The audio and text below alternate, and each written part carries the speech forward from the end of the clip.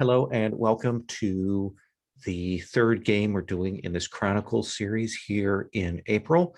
For our first session, we did a microscope history. And for our second session, we did a kind of experimental story game about building a tarot for the world that we created with microscope. This time we're playing Ben Robbins' Kingdom, which is a little more focused game, and I've come up with a situation based on some of the material that we've developed so far that I'm going to go through in just a minute. My name is Lowell, pronouns he, him. I'll have my players introduce themselves, and then I'll kind of walk through what the structure of the play is going to look like today. So just a quick, whatever you want to say, introduction, Dan. Hi, I'm Dan. I'm excited to play. Okay. And Marley? Hi, Marley, she, her. Okay. And Stephen? Hi, my name is Stephen, and my pronouns are he, him. Okay, awesome. Got all that on the table. So this is a game that is about a kingdom. It is about a place that all of us are going to belong to. We're going to have a main character that we're going to have, and then a minor character. We're going to make some choices about the kingdom at the start. We'll kind of throw out some questions, and we'll make some choices about threats and things like that to kind of frame this up. In Standard Kingdom, there's a process where you could do all this at the table, come up with a thing and walk through it, but there are also then kingdom seeds that they have for it as well. So there are a couple of different approaches. We have a little bit of a structure that I've worked out, some pick lists with the possibility of you making up whatever you want besides that in the course of this. The way this is going to work is we're going to do this in play rounds. On your turn, you'll essentially call a scene, and I'll talk about what that looks like. You'll interact with some characters. You can ask for people to come in with their characters or to play NPCs or however you want to do that.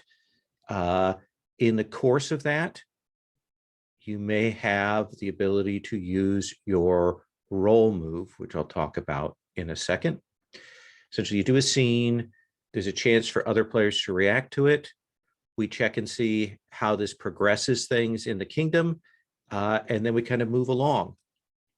At a certain point, we will have enough check boxes on the thing that we're working on, which is called a crossroads. And when we have enough check boxes on a crossroads, that we go and resolve what has happened from that choice. So let me kind of talk about what the crossroads are like, because they're very key to what we're doing. And then we'll kind of step back from that to talk about the setting that we have and what character creation is going to look like. So crossroads are essentially a choice that our kingdom faces. We'll have established some threats.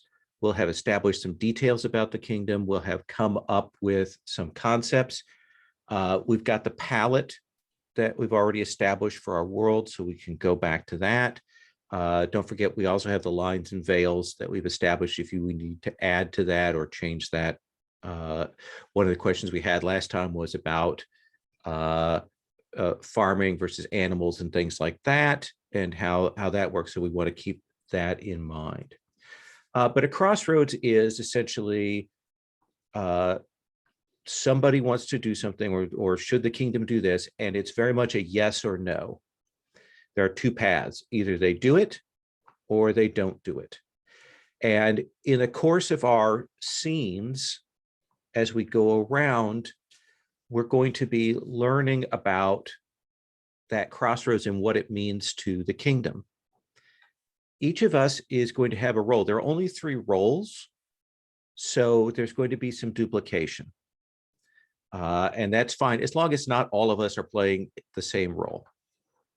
The 3 roles are power. The person who plays a power character has authority within the kingdom. During the course of play, they can essentially exert their authority to have laws enacted, to have things done, to order people around. That's kind of the in-play ability. But the other thing that they do is when we come to the crossroads, the power is the one that chooses whether we go yes or whether we go no. And there's a procedure that we go through if there are two power and how we resolve that out. So they're important. They're the authority. They're often the role that people shy away from because people don't want to be the authority. But they're an important part of what we do here. If nobody's the power, that means that there's a vacuum in our kingdom and nothing is going to get done until something changes. The next role that we have is the perspective.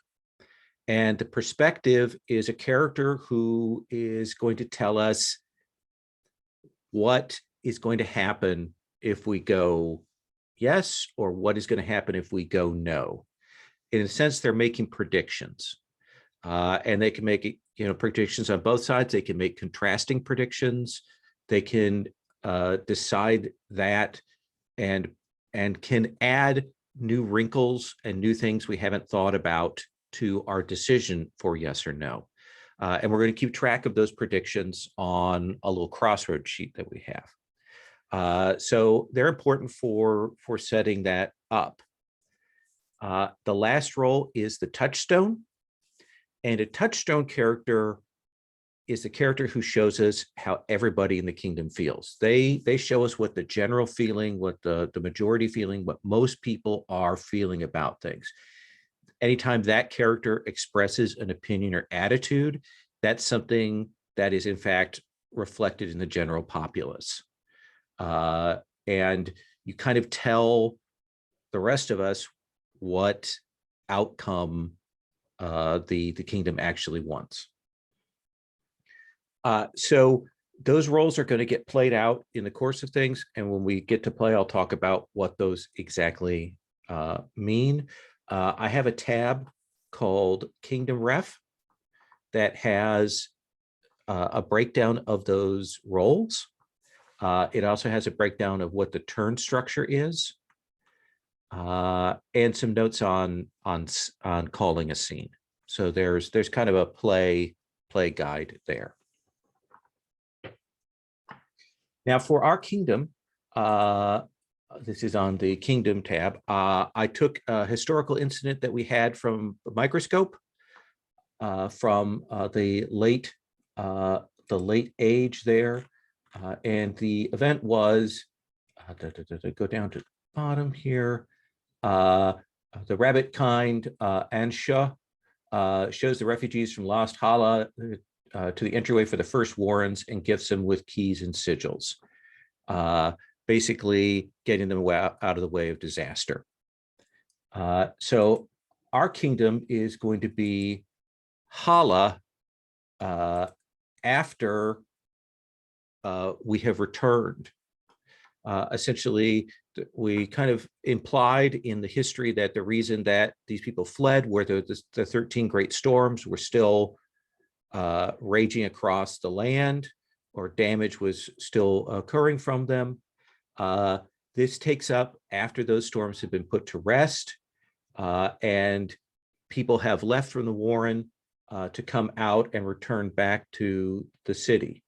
And they've been sheltered for a generation, but now they've come back to this city that is partially in ruins, partially intact, with the intent of resettling and rebuilding this location. So I imagine 20 years in the Warrens, and now they're back here in the city, and they've been here a couple of years, and that will be the situation that we're walking into. So what I'm going to ask then is if there's anything you want to add or say about how you might envision this city as it stands here in terms of physical structure, in terms of kinds of people that are there, in terms of what the frame that you would like to see as we play this out.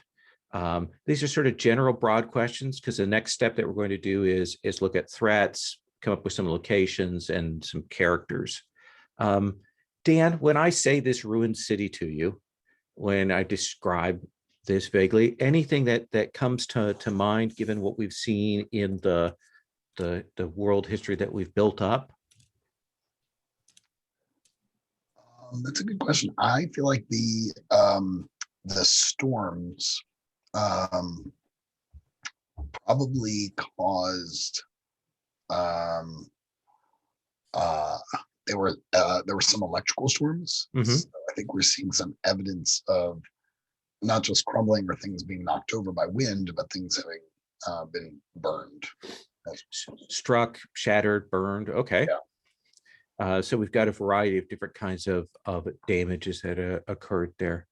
Marley, anything else that occurs to you that you want to add as a detail before we delve into the city itself?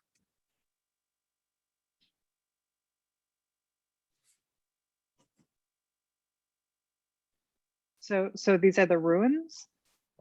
So we're imagining the city was ruined, was struck. People have come here for a couple of years.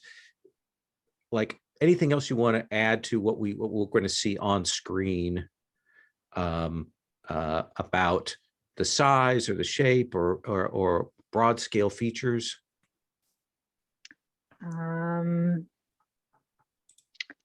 I think one of the reasons they were avoiding it and have not resettled before now is because it got flooded. Ooh.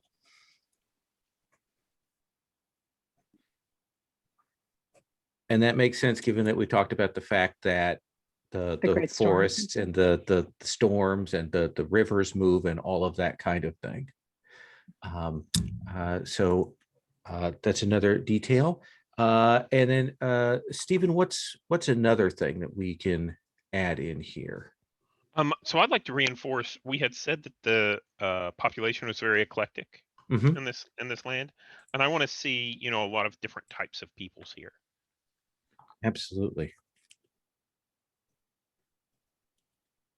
Varied kinds of people.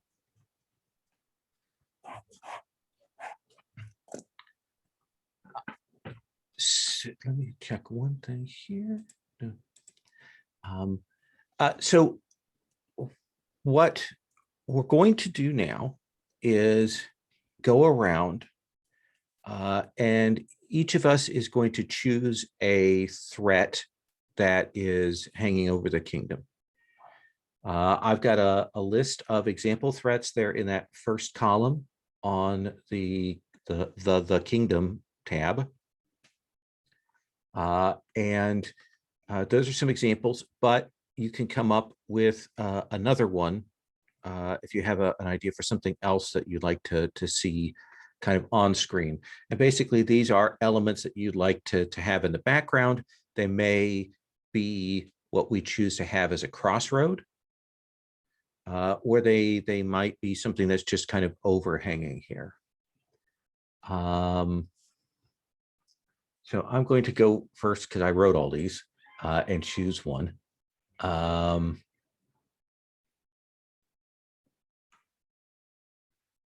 And I'm actually going to choose that the city's infrastructure is in desperate need of repair. We've already mentioned water. There was this flooding.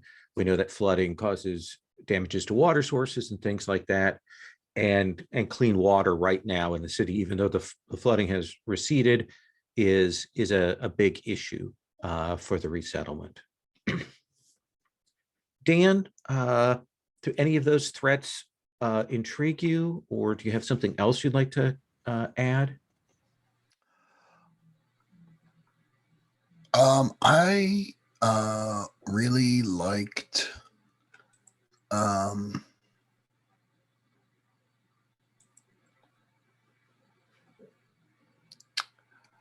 I think the strange magics bleed from a kangaroo tree in the city center. Absolutely.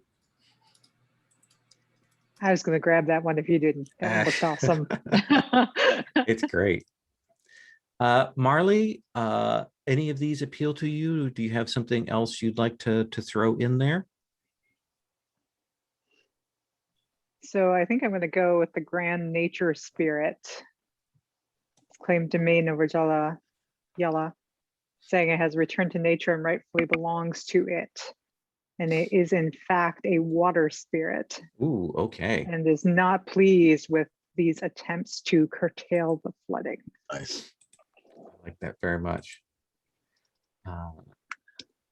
And then Stephen, does one of these appeal to you?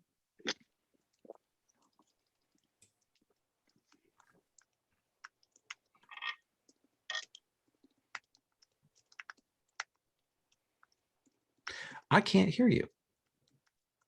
Because I was on mute. There we go. Sorry about that. Okay. Yes, I actually would like to come up with my own. Okay. I was going to choose the Grand Nature Spirit, but thankfully that got picked, and I'm like, oh, great, so I can go with a different idea. I think the city's food supply is still just being established, Mhm. and people are growing crops, and everyone struggles to get enough food, and something is eating the crops. Oh, okay.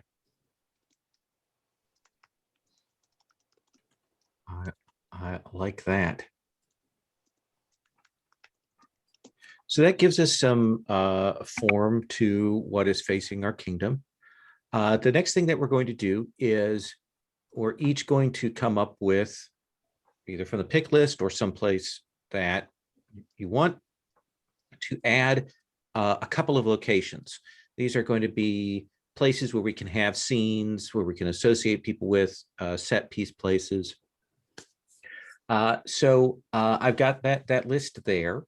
Dan, any of those appeal to you, or do you have something that's speaking to you in your heart? All of these speak to me in my heart, but let me see. I have not looked closely, so I am going to pick one out. I'm going to pick the aviary. Okay. We had that in a recent City of Whispers game, and the aviary is a tall tower that the storms somehow spared. No one is, it's actually ancient. It's been here for as long as anyone can remember. No one remembers how it was built or why it was built. But yes, the feathered folk have claimed it as their own. Nice. Marley, any of these appeal, or do you have something else you want to add?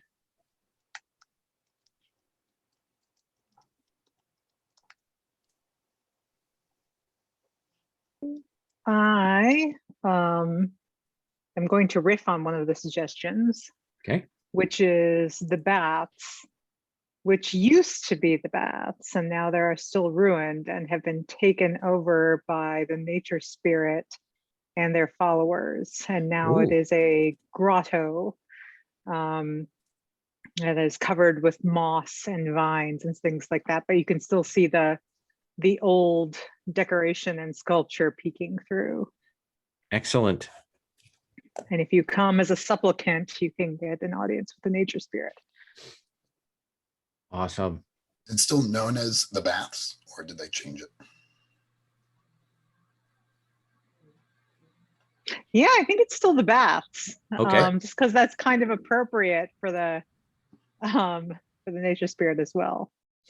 But what that means has changed a lot in the mind. Stephen? Yes, I'm going to choose the gnarls, the twisted forests outside the city's south wall. There's a gigantic oak tree here, all gnarled and mutated by strange magics. And I think that this is an area where, like, the young adolescents of the village, when given time, dare each other to go in. But, you know, oh, it's getting dark. It's getting dark. I dare you to go in and grab that branch and come back. And yeah. Very nice. I'm going to choose the one actually right below that is the Crow Keeper's Rest because it riffs on a card that we added to the tarot last time. And I imagine that it's a popular inn as much because it's relatively intact, that a lot of the other places are still being repaired, but this one survived. And it is a popular gathering point. And then we're going to get to pick a second one as well. So we'll end up with 8 locations to riff on. So Dan, do you have a second one of these that appeals to you? Second location. Yeah.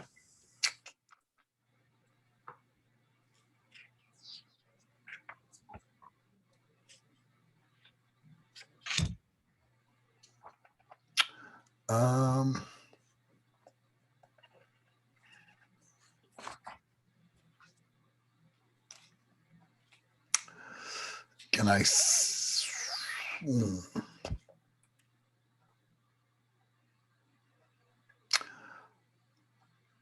I'm going to say I like this New Leaf Gardens.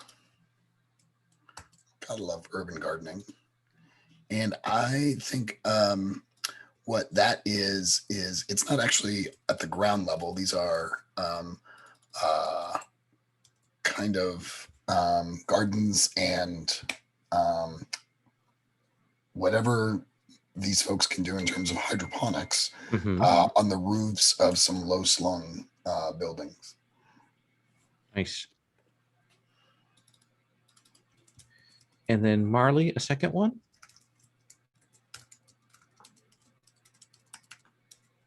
I'm going to go for the dog market because I think that's awesome. And I think it is a hodgepodge of both stalls and boats. So some of it floats and some of it is on docks and stuff like that, but it's all packed so tightly together that you can barely tell which is which. Nice.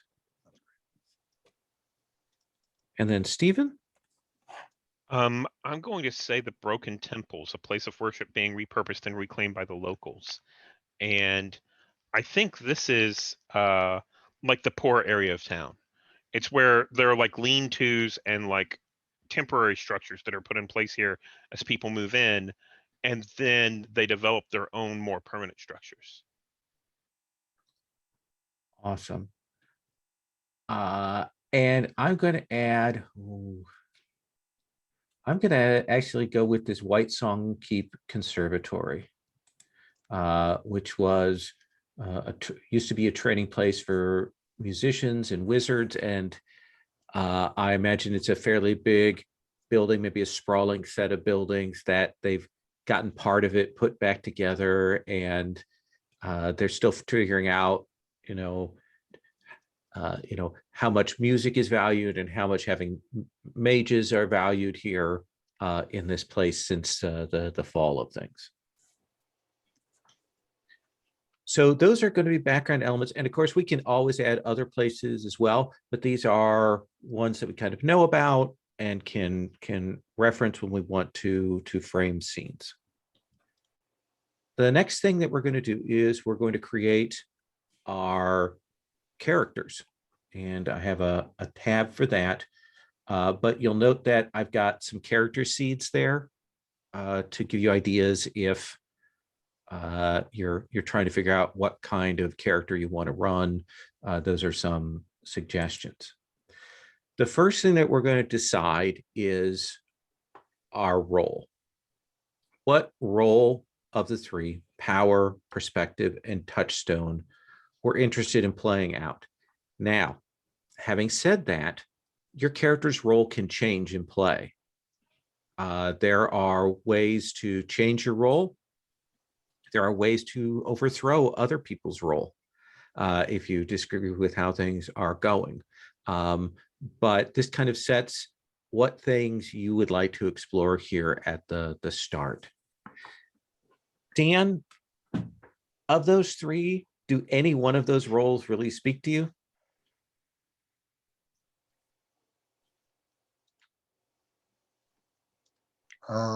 I was really all ready to lean into the power and just be like, okay, you say no one likes to pick it, I'll just pick it. But the idea of making decisions right now is kind of nervous. So let me look at the Kingdom Rift.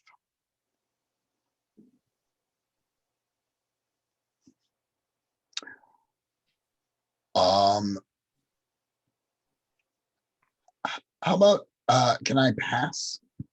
Sure. Yeah, we can Let do someone that. else pick Okay, but first. we'll come back around to you. Um, We'll all pick this role, and then we'll go around and come up with character concepts. Marley, do you have a sense of what you would like to play into for this first bit? Yeah, so this is a character I'm going to play as Yeah, opposed to just yeah. throw into the world. Yeah, and so we just need to know what role this character is going to have of the three. I think I would like to play the poor put upon architect trying to plan out what a new city should look like and be set on all sides by people with opinions.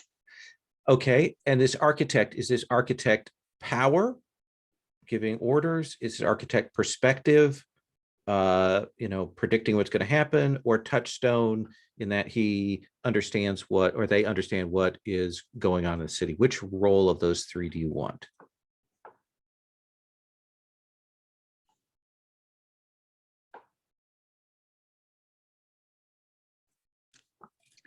I think it works best with power. Okay. So we have power as your role there. Stephen? I think I'm going to choose perspective. Okay. Do you want more details than that? No, because we're just going to choose this role and then we'll come around on the concept. So you're the person who understands the kingdom, its merits and its flaws, and you can foresee the consequences of the decisions that we're going to make. Actually, let me change that. I'm going to be the touchstone. Then you reflect the desires of the people of the kingdom. Your attitudes show us what the populace wants and how they are reacting to what is happening. Thank you. In which case, to make the job very difficult for Dan, I will actually go ahead and choose the perspective as mine. So that was the whole point. All right, I'm totally fine. Actually, I kind of like if both Stephen and I are perspective. Oh no, Stephen said he was going to be touchdown. right. Lowell, you said you're going to be perspective. If both you and I are perspective, do we need to sort of agree on the consequences of the decision? No, because when we come to the crossroads, there'll be some decision making, some horse trading that will go on about that. I will also be the perspective. Excellent. So now we're going to go, and essentially the question is, who are you?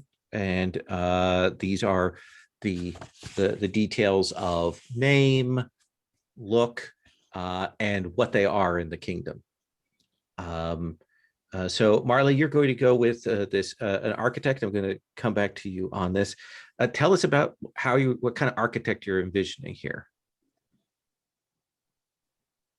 So this architect is Beaverkind, who was not from this city, but of course has a lot of experience with both building and semi-aquatic environments. So the city sort of brought this person in to sort of figure out this whole partially flooded situation, which, beavers have a strong history of being very good at that sort of thing, and probably would be, except there's a lot of disagreement about what the goals actually are, but they have been imbued with the authority to make decisions and to direct the workers to shape the city physically. Nice. They just are not entirely clear on what's needed, so they're kind of winging it.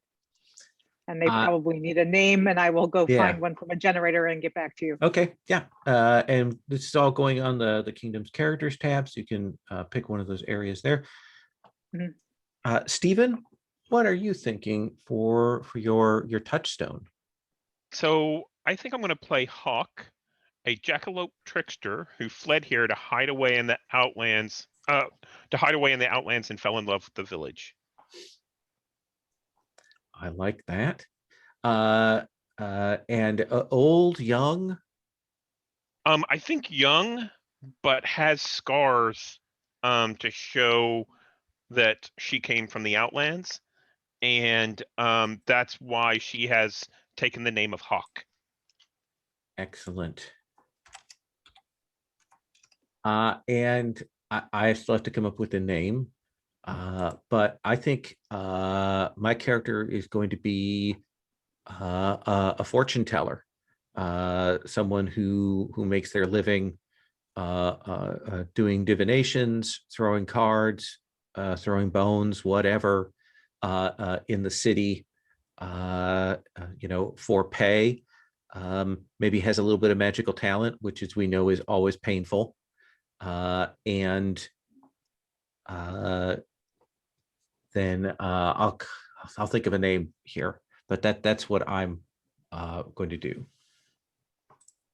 Dan, what are you thinking? I wrote my own, and I'd love some feedback on this. So I came up with the idea that this person is the avatar of the nature spirit that's sort of occupying. And avatar is perhaps too strong a word for what they really are. They're more just like a servant. And their job is really just to keep the spirit kind of content and calm and largely disinterested in city affairs. Interesting.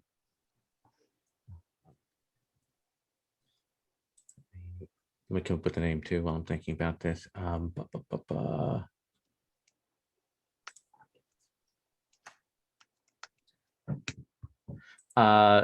Human, animal? Human-like with, did we decide this nature spirit is water-based? Mm-hmm. Yeah, so some elements of aquatic features.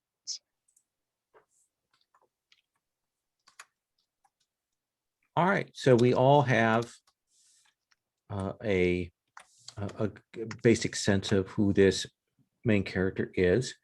The next thing that we're going to do is we're going to choose 2 locations, and we can overlap on these, where your character might be found, and you'll write that under locations. Marley, what of the locations that we have, where might we find your architect?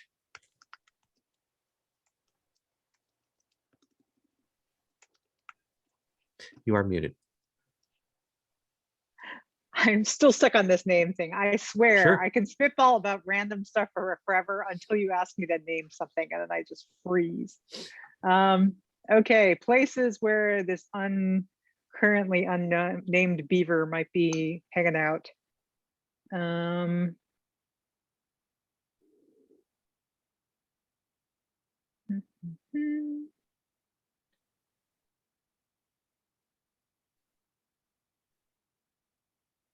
I think they are very fond of the gnarls, because trees. Yeah, that makes sense. Trees, very fond of trees. And then Stephen, what's your first of the 2 locations where we might find your character Hawk? The dog market. Dog market. And I think that my character, looking back at the kingdom list, I think can be found at the Crow Keeper's Rest. Dan, what about for you? So this person is named Baltic. He's got he him pronouns, and he hangs out at the baths, of course, because that's where the nature spirit is. But sometimes needs to get away and ends up at the New Leaf Gardens. Okay. So those are your two locations. Marley, what's a second location that we would find your architect?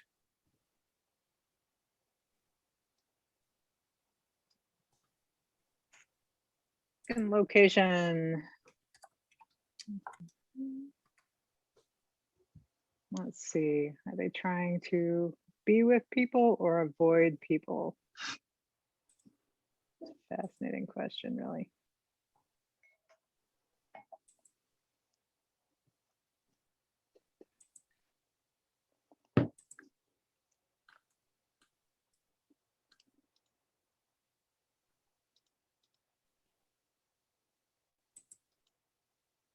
I think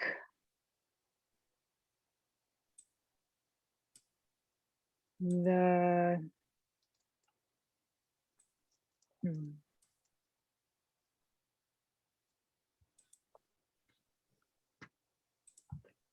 I think the conservatory, because I think that is one of the things they have been asked to prioritize in their rebuilding. So they're trying to get a feel for it. Excellent. And then Stephen, what is the second place that we might find Hawk? The Gnarls. Okay. And I think for me, the second place is going to be the Broken Temples.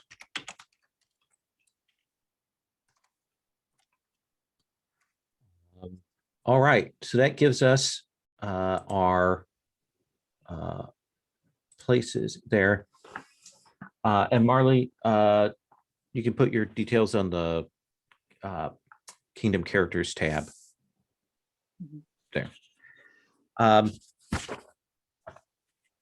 The next thing that we're going to do is we're going to create a relationship, a bond with another character. And we're going to kind of do this clockwise. So imagine that, and I've got the 4 sheets there that I'll say something about Marley's character, Marley will say something about Stephen's character, and then Stephen will say something about Dan's, and so on. And basically, this is just a connection that you have with the character, basically saying what you need or want from them and what makes the relationship difficult.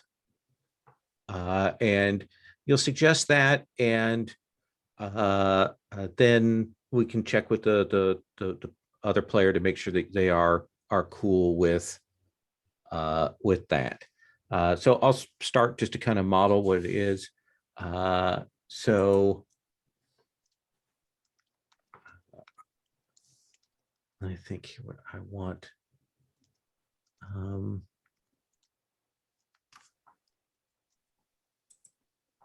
Look back at the needs and crises here.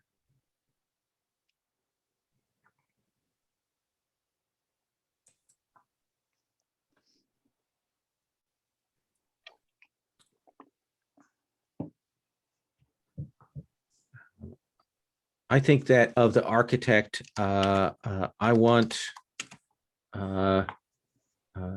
Sharp Tooth to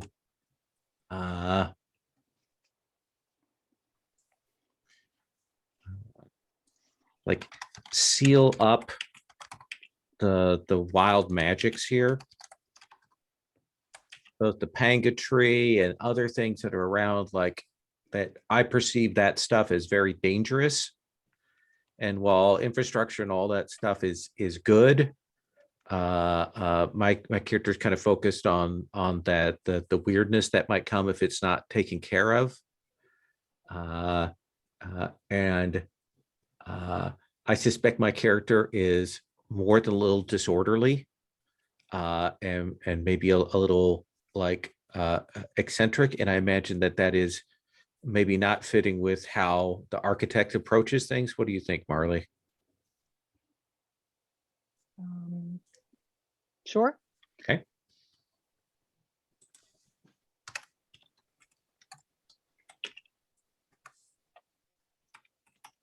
And then let's actually walk backwards. Dan, what is a bond you think that you might have with my character?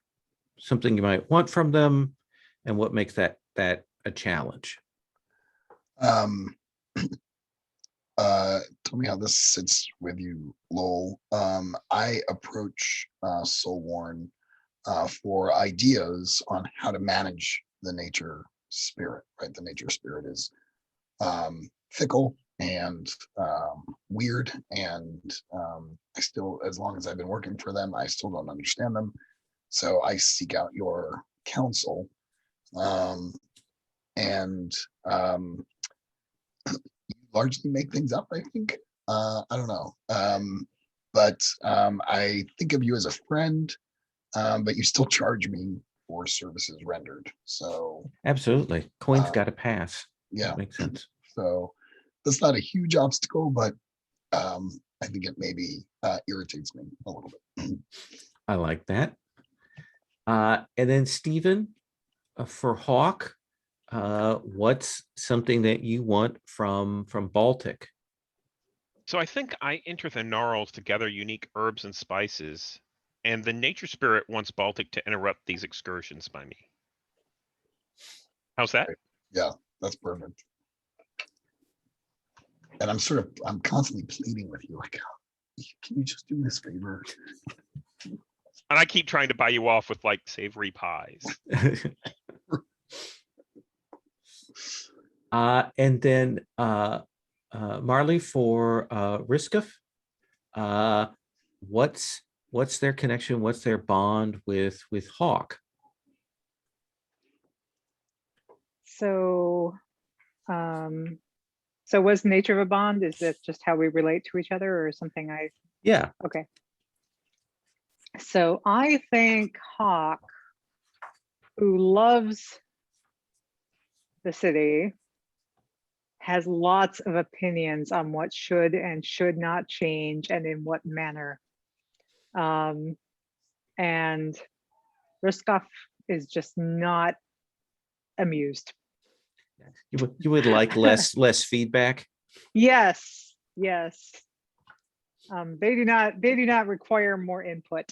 they are full of feedback from everyone already. What do you think of that, Stephen? Good. That sounds good. Yeah. Awesome. The last thing we do in character creation is we're going to create a minor character. Let me give you just a couple minutes, just a name and sort of who they are, to kind of fill out the things here. So go back and look at my list here.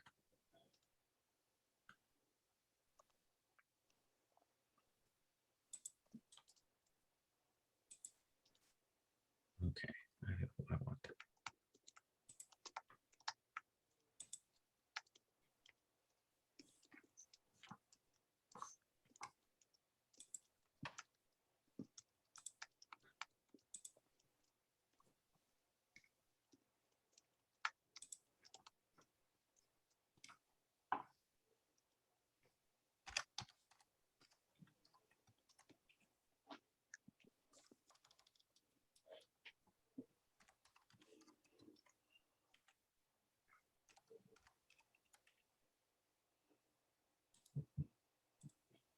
So yeah, I was typing, we're just creating a minor character. Is there any guidance about what kind?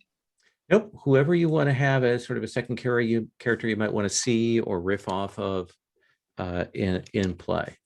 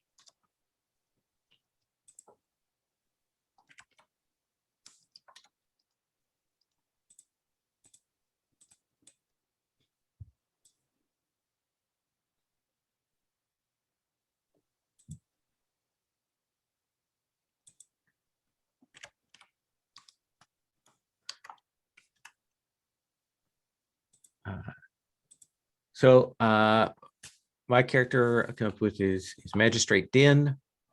And I imagine that he's a more anthropomorphic dog person.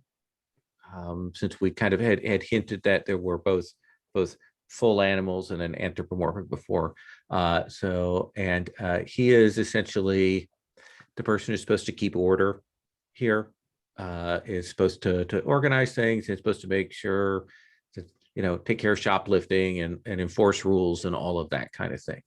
I imagine he's not the sharpest tool in the shed. Dan, what about for you? I came up with Ross, she, her. She is a Crowkind barkeep who basically runs Crowkeeper's Rest. She's got actually, despite being a crow, she's got an amazing singing voice, but only rarely performs at open mic. I think she's been shunned maybe by other bird folk, and she's not really allowed in the aviary. Oh, interesting. I don't know why. And then Stephen, who is your minor character?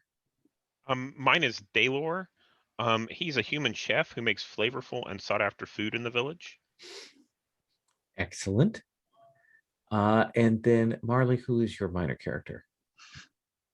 Pandora Sugarfrost, she, her, and of course there is no symbolism whatsoever in that name. The fantasy generator that Steven sent me gave it to me. So, sometimes the name generators know what you're talking about.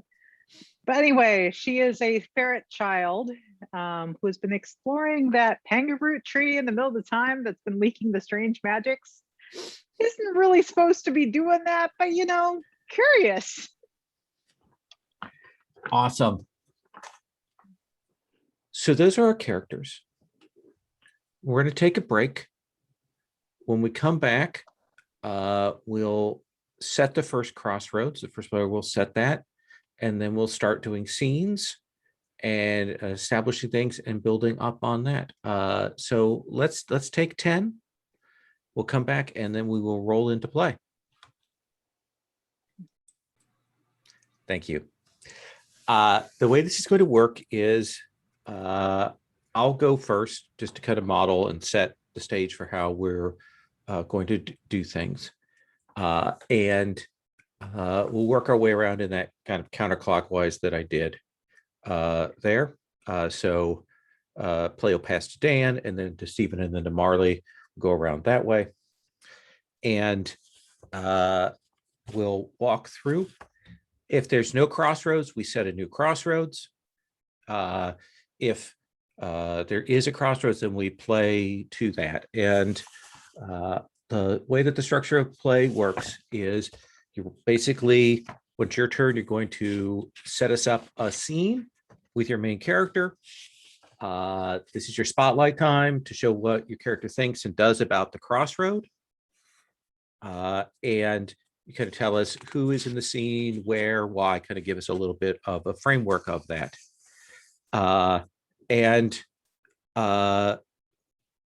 You will play that out. And at any time during that, main characters who are in the scene can use their essentially role. If your power, you might give an order. If your perspective, you'll say something about the yes or no of the crossroads, and we'll note that on the sheet. And if you're the touchstone, you'll give us a sense of how the people are feeling about the crossroads. And you can also say sort of which way they're leaning, whether they're leaning towards yes or no on the particular question of a crossroad. And that's the basic structure of how this is going to play out. So if I come back here to the thing,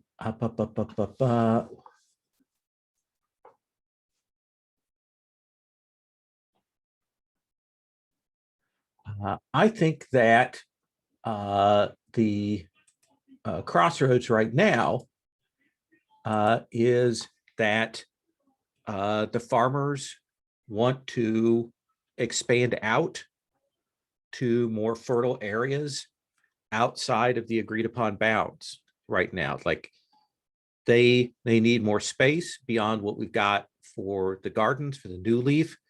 And there are areas that they could expand into that are rich and fertile, that the mud from the floods have actually made things better, but that there are obvious drawbacks to that. So the crossroads then, and I'm going to put this besides the characters on the ref tab, is essentially will the kingdom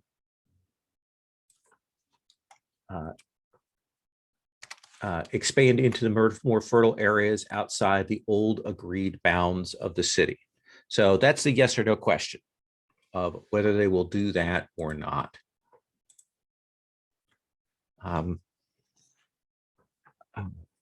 So I imagine that for my scene, we'll see Soul Warren there at the Crow Keeper's Rest. They're kind of threadbare. I imagine they at one point had brightly colored divinatory robes and things, but those have gotten dimmed and stained with age. And maybe that plays into their mystique. They may have deliberately aged some of it to look more venerable and wise, because they're probably not as old as they look. But I imagine that they are at the bar, kind of doing a divination. And I'd like maybe for Ross and Hawk to be in the scene. Is that okay? And I think that we've just kind of heard word that farmers are talking about expanding out and things, and I kind of look up at Ross and I say, so Ross, what do the crows think? Think it's a good idea to expand, not expand? Look, city's growing. More people in the city, more business for me. I love the idea. Don't ask me what the people at the aviary think. I haven't talked to those ridiculous birds in who knows how long. But I don't know. You ask anyone in this place, they say more farms, that's good for the city. And I'll look over deliberately at where Hawk is at. Hawk, what do you think? I think that the city is growing, just like Ross said, and it's not the thing that I fell in love with whenever I first came here. I think it's less ruins. How can that be? Yeah, but back then everybody knew each other. We all took care of each other, and now I don't know half the people in this bar. And there's going to be people who leave. People aren't going to like it. That's just because you don't take the time to get to know everyone. There's Orta and there's Trenton and there's old Dylan over there. You just gotta make the rounds a little bit more. A city is as big or as small as you make it. Come on, Hawk. You know that. Yeah, I think there'd be more marks here for you if there are more people that don't know you. And I think Hawk kind of looks around and is like, well, okay. I'll go see if I can make some friends. And he directly goes over to the table where Ross was pointing and introduces himself to the Trenton and the others that were there at the table. He's very literal minded, isn't he? Yeah, I mean, once he sets his mind on something, he goes for it. But look, here's the thing. you get the farmers expanding out. They're going to want to bring in more laborers, right? That's good. More people in the city, but you know, new people, as welcoming as Hala can be, it always creates some tension. You're gonna have to find ways to help people acclimate to our weird ways. No, I'm with you. I 100% agree. But I think that as this conversation is going on, I'm kind of laying out the cards, and maybe my mood is darkening, and I'm like, oh,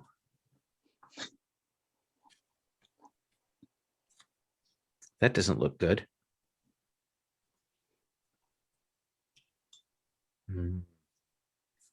I'm a little nervous. I think I may have to revise my thinking about this.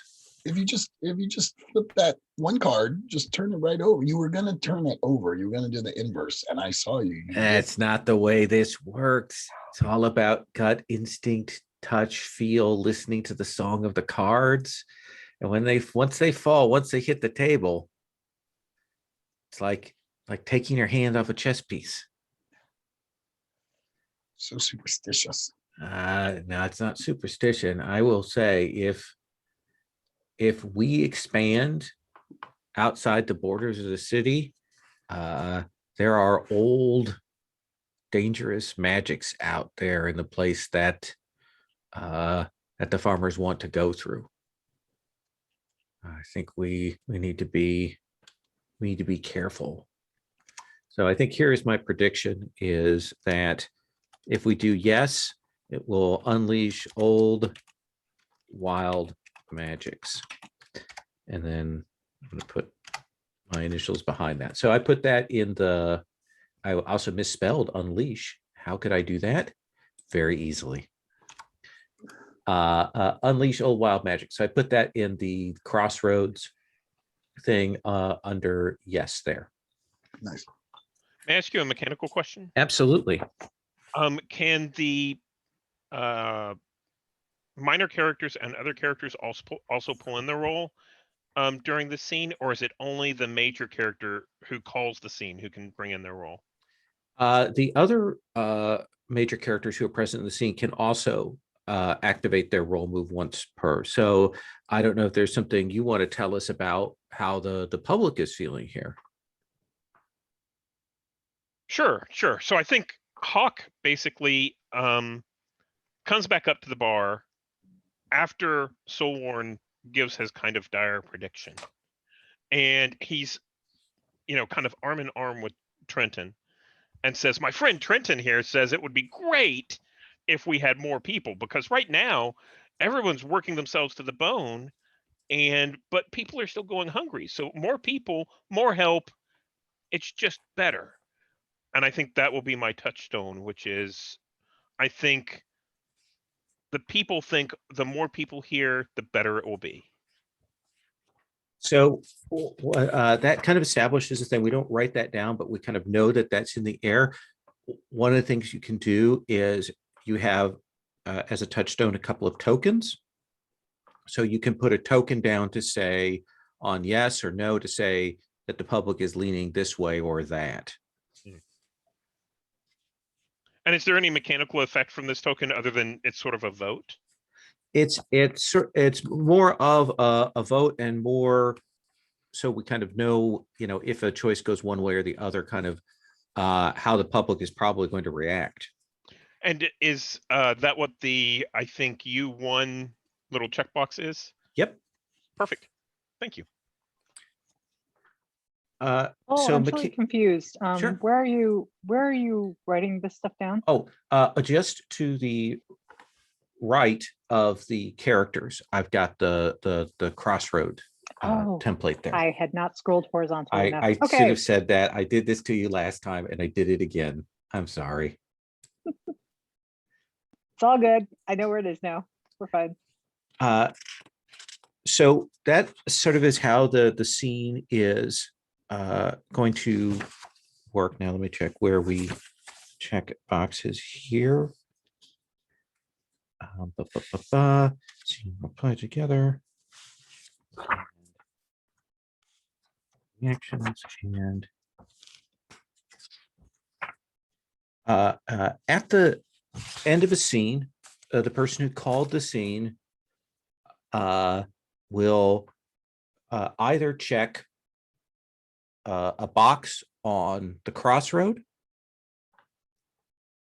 meaning that we're moving forward towards the time when decision is being made, or if the scene like created a lot of chaos in the kingdom and we think it maybe didn't make progress towards like coming to a consensus or people coming to a decision or like created strife, then rather than check crossroad, you can check crisis.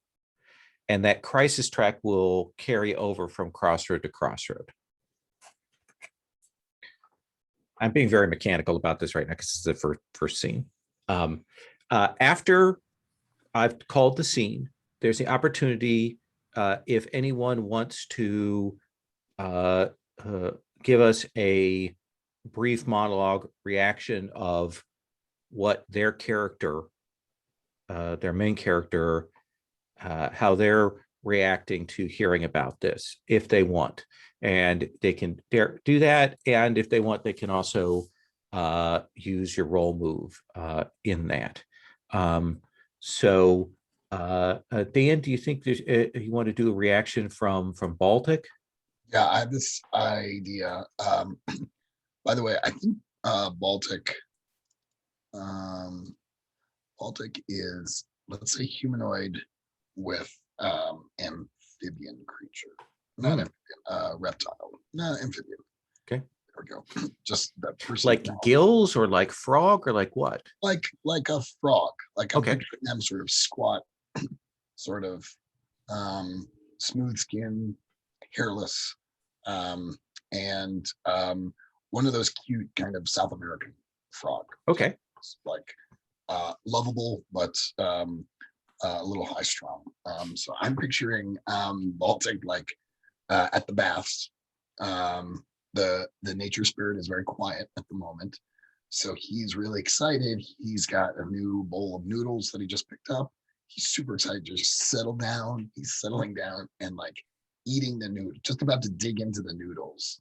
And the word of these emerging farms sort of reaches the nature spirit in however they are connected with the city. And the nature spirit starts to become very agitated. And so there's not a monologue so much as the Baltic kind of realizing this is going to be a thing that he's going to have to deal with. I can add a perspective? Yeah, absolutely. He senses that if we do build the farms, that the nature spirit will be upset by the tilling of the fields. Does that sound all right? That sounds great. And then you put your initials in parentheses so we know that is your prediction. Stephen, you were in the scene. Marley, I don't know if you want to do a reaction from Riskov to the sort of start of this crossroad. Sure. Riskoff is going over some blueprints when someone comes up and tells them that there's some talk of expanding, the farmers expanding outside the city, to which he says, outside the city is beyond my contract. It's up to them if they want to build outside, but I'm not helping them and they're not using any of my resources. So Riskoff is not behind this. So I guess I don't know. Do I put a thing in the no? No, you're just expressing your opinion and saying where the power is leaning at this point. Yeah. that is sort of the play. We haven't filled the crossroad or the crisis. So play would pass to the next player. And Dan, you would call a scene.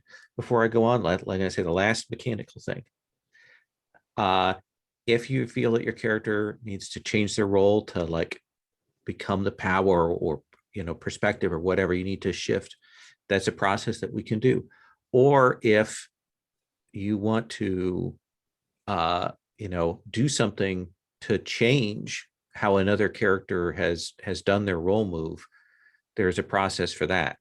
So just remember that those are options in here that we'll kind of stop off and go to. They're very much negotiation pieces as options.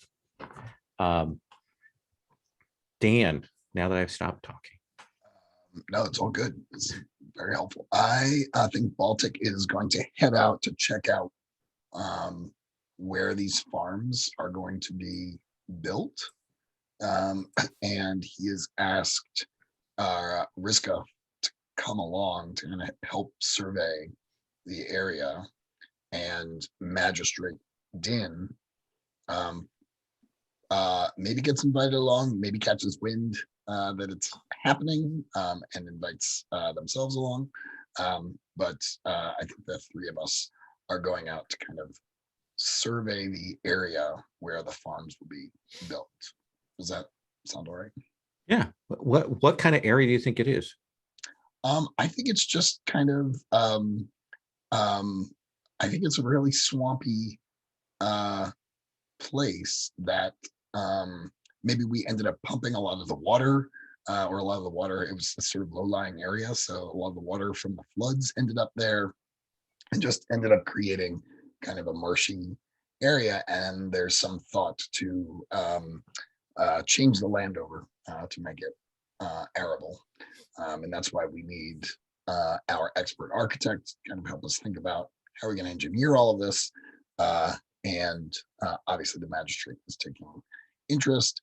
I'm checking it out because I'm really concerned about if the nature spirit is very tied up in how these farms, whether these farms get built or not. I kind of want to get a sense of whether it would be good for the city. Can I make an argument to the nature spirit that really this is a good thing after all? Can I direct them, maybe move it a little further out, that kind of thing. So I might start by asking Magistrate Din, what's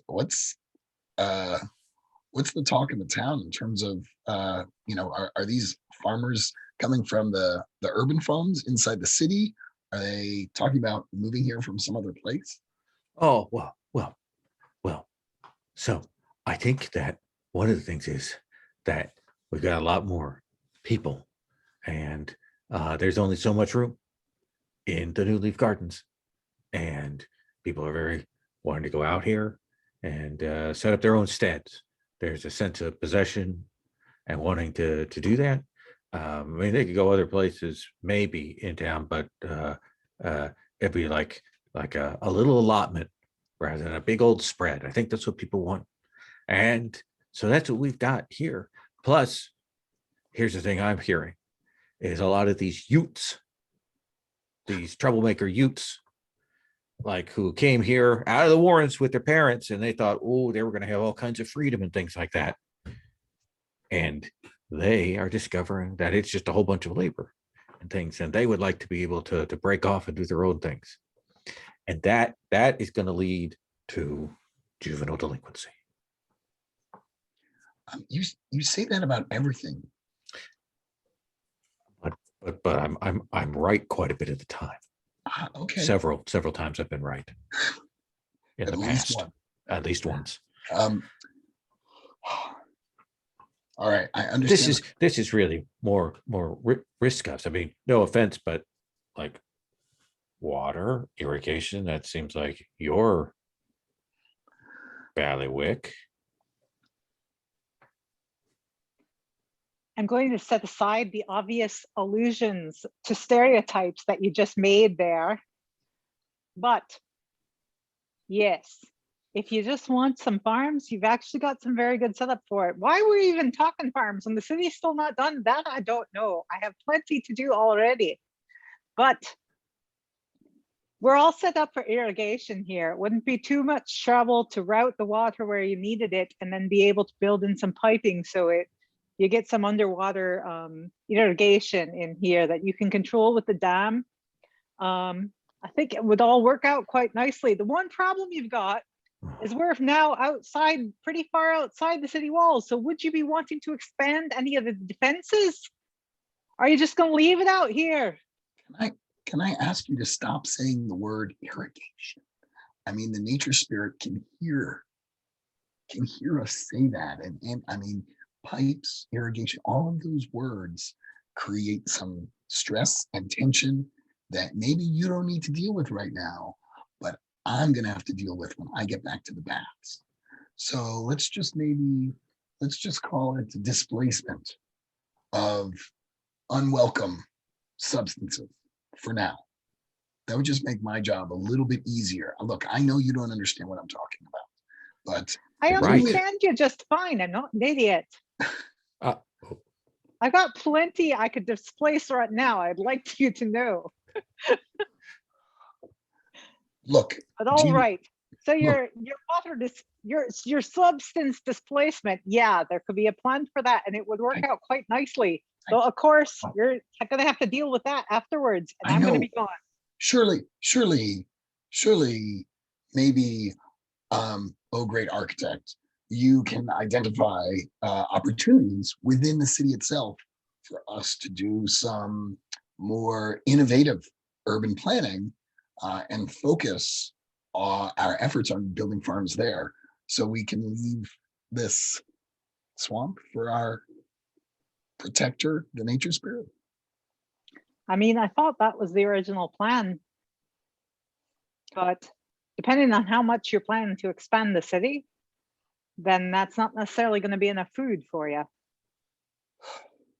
We had it all worked out with the original numbers, but if you're changing the numbers on me, then I can't make the guarantees I used to. Magistrate, can we?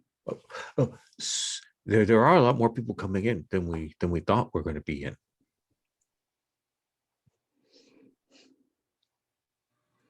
Why can't we limit the numbers? Hollow was never a big city even before the floods. But it was bigger than this by several measures. Yeah, but the nature spirit alone counts for what, like 1,000 people, right? So, well, I don't want to debate with you on the rights of property and control for things here in the city, but I will note that legally, I see that look. I'll just stop talking. you know as well as I do, magistrate, that nature spirit doesn't care for legally.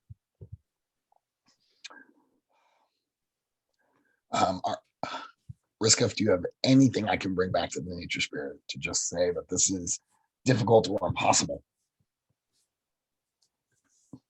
Well, I mean, you can say whatever you want to them, but it's not difficult or impossible. It's not a bad idea if you could get your spirit on board.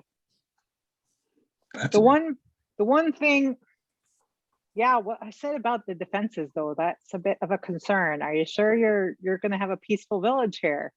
Are you going to need walls for anything? And also keep in mind, it's never really a great idea to antagonize a nature spirit, especially one that lives in the middle of your city. You really should have sorted that out before you made all these plans.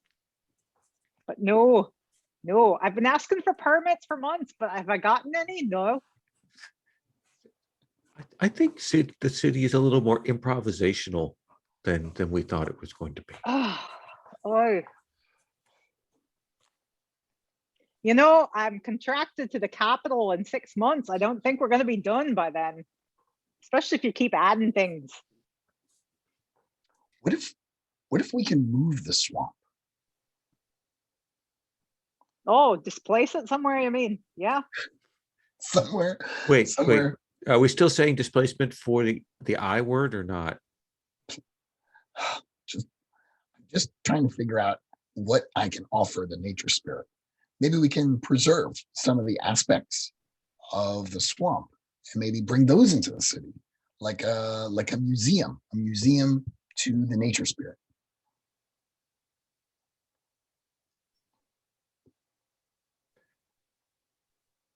Well, I mean, a city needs a good source of displacement regardless. If you want to pretty it up and call it a museum, then I don't see why we couldn't. That might just work. I'm gonna have to consult Soulworn. I mean, am I allowed to say reservoir? Just not often. Yeah. All right. I mean, you probably wanted one of those inside the city walls regardless. Yeah, that's good. That's As long good. as it's drinkable I can use that. or can be made so, then you can have a nice little R word. R words there. I can use that. That's good. That's good. Let me Okay. consult Soulworn, and then he always gives me good ideas on how to talk to the nature spirit. Okay. I'm trying to think of a new perspective to add just to cap off this scene, which was great. Thank you.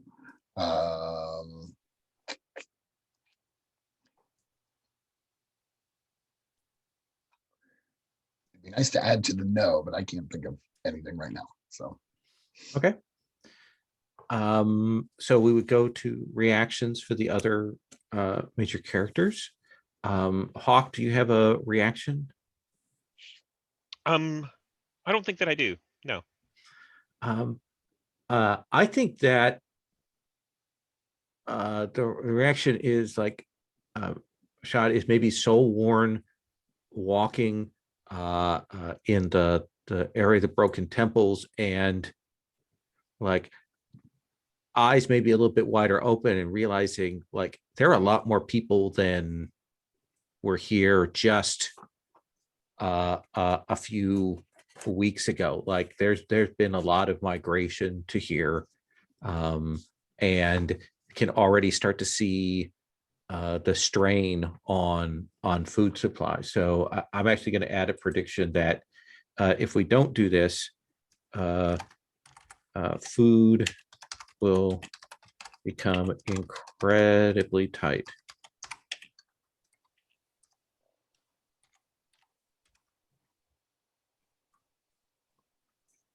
Will be coming. Oh, geez, this is why I don't like to type in front of people. Become with W there. There we go. So Dan, do you want to add a tick to the crossroad? sure. Okay. And play would pass to Stephen to call a scene. So Hawk is there. I think Baltic is there, and I think Pandora is there. Pandora is the young ferret child. And I think what's going on is we're in the city near the Penguru's tree, near its location, and we hear kind of a rumbling, almost like thunder, but the sky is clear. And then we hear, we see the rushing water where the pipes have burst some, and Pandora is in danger, and Hawk jumps forward, grabs her, and pulls her out. And Baltic, you know, this is a reaction from the nature spirit. Right. It is unhappy. And that's where we'll start. So, you know, that was close, Pandora. I can't believe, you know you shouldn't be playing there, but I understand what it's like, and, you know, it's exciting, but it was dangerous. We'll have to be careful next time. There usually isn't any water there. I don't like water. Bad water. Well, water can be good at times, but that much water is bad. So I agree. Oh, yes, small amounts for drinking. Yes, yes, yeah, yeah. And Ah, sometimes, look at me, some- I'm all some- clean. sometimes playing in, right? Sometimes splashing around. That's good. Um, Hmm. so let me see if I can take you back to your family, and I think that's when we run into Baltic. And I'm like, hey, Baltic, what's going on here? I was gonna ask you, tell me exactly what just happened. Well, there was thunder in the middle of the day, Okay. and then The water got me. Okay. and the shh, pipes broke, and the water Right. got Pandora. It's just sprayed all over her. Are you sure pipes broke? No, you can go look though. I will. Yeah. I will. I hate to say this, but Pandora, you know the Pengaroot tree better than any of the rest of us. Can you help Yes. us go look at where the pipes were? Yes. Let's go to the kangaroo tree. Yeah. Were your clothes always this wet, or did you show up this wet, or is this new? No, water is gross. No. Gotcha. Okay. Let's go check out the kangaroo tree. And I think whenever we get there, there's this like, growing pool. It's bigger than a puddle, but it's going, it's going to threaten this area of town unless it gets sealed off. We need to appease the nature spirit. We got work to do. My tree. Yeah, I My know. tree Yeah. is all. Ah. All right. Can I count on you two to help me with this ritual? Sure, I'll do that. Hawk, I need you to focus. Okay. Yeah. All right. I start pulling some ritual equipment out of the satchel. I'm setting things up. And I think Hawk pulls some things like some weird herbs and maybe, a dried bird's egg and different things out of his pouch and adds it to your stuff, intermingling it. You're just gonna make this take longer. Okay. All right, fine. No, it's good. Good luck. Good luck. Do we need things? I have some string. Ooh. I think we get busy tying the string have you around seen- things. Have you seen this rock? It's a really good rock. I'm now ignoring you both and just sort of going through my ritual, which I think involves some dancing and chanting and calling out very deliberately to the nature spirit. Hawk is really into the dancing and the singing, and I think encourages Pandora to help. So I think we sing and dance as well. Probably not the way you would like, but yeah. Nature spirit, Pandora's game for singing and dancing as long as she can stay dry. nature spirit actually doesn't really care about these rituals, but I believe they do. So.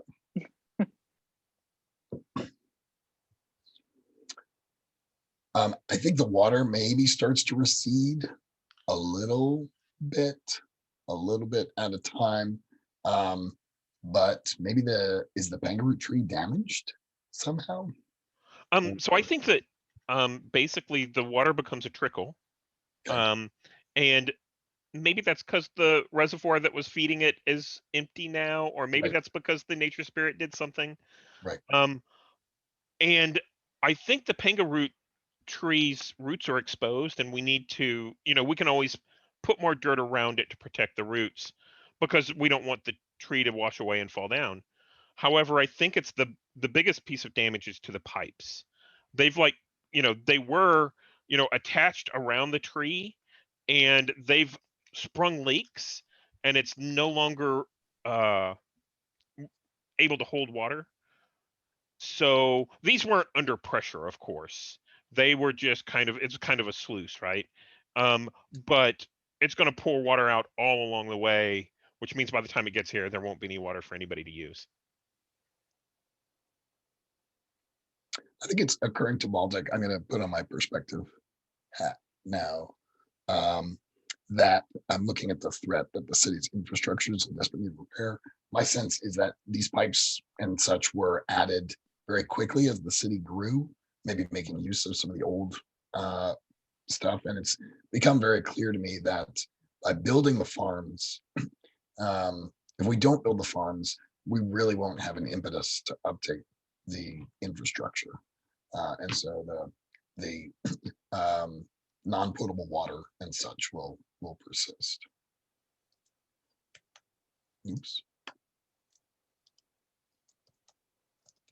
And I think the touchstone perspective is still the people think it's important to grow the city, and I think they've gotten a little bit defensive. They're like, we live here too. It's not the nature spirit's place. It's ours. We live with the nature spirit. You know, we can grow if we want to. Walter goes around shushing everybody. Don't say it so. And I think that at some point we take Pandora back to her family and tell the family about the grand adventure she had. We danced, we sang. Averted a nature spirit disaster. I made up a song to make nature here it's fast. Happy. It goes, water is good when it's in my belly, but not when it's on my fur. That's right. That's great.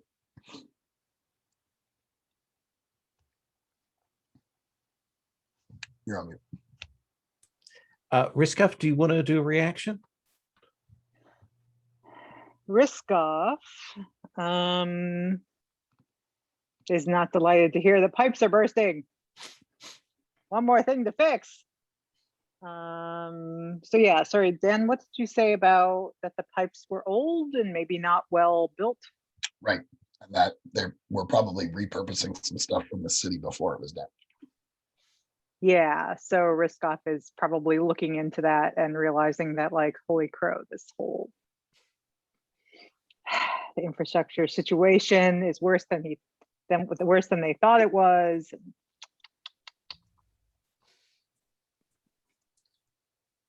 And possibly that's going to affect the ability to do farming in the city. That the new leaf gardens and things like that, if they don't have a steady supply of water, is going to become endangered, you know, as a food source, in which case these out of town farms become way more important. I don't think I have a reaction for Soul Worn. Stephen, would you like to put a tick on the crossroad? I'm going to put a tick on crisis. Okay. We had something bad pop up, and that seems fair. So I have a mechanical question about that. So it sounds like each scene we have a single tick. So we're going to go through 5 scenes at minimum before Crossroad is completed. Is that right? That's correct. Okay. Yeah. Usually it's up is there's maybe 1 or 2 crisis beats, but they should be pretty dramatic that we do that tick. Otherwise, we're just kind of starting to see the dimensions of the problem, and then we go and resolve that crossroad. So we might get through like 1 or 2 crossroads in a session. Yeah. Okay. And in fact, probably tonight we'll do 1 crossroad, and then next time we'll be able to do 2 crossroads. So that's my plan. Marley, would you like to call a scene for Riskoff? Riskoff. What's Riskoff up to? Riskoff.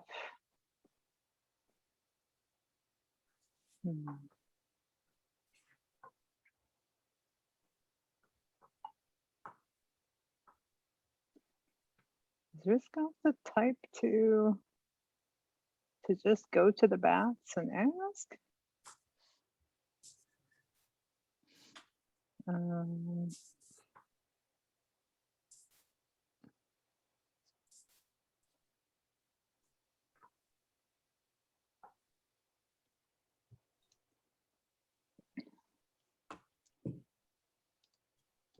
Sure, because that's more narratively interesting. So let's do that. Okay, so Riskoff is actually going to go to the baths because no one seems to be able to get anything done.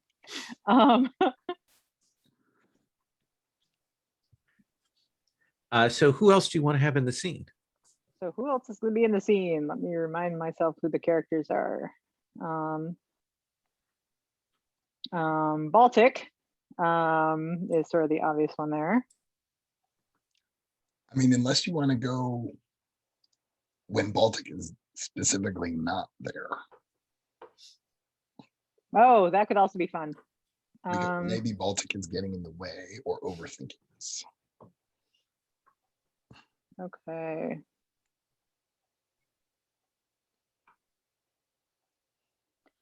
So maybe Soulworn comes.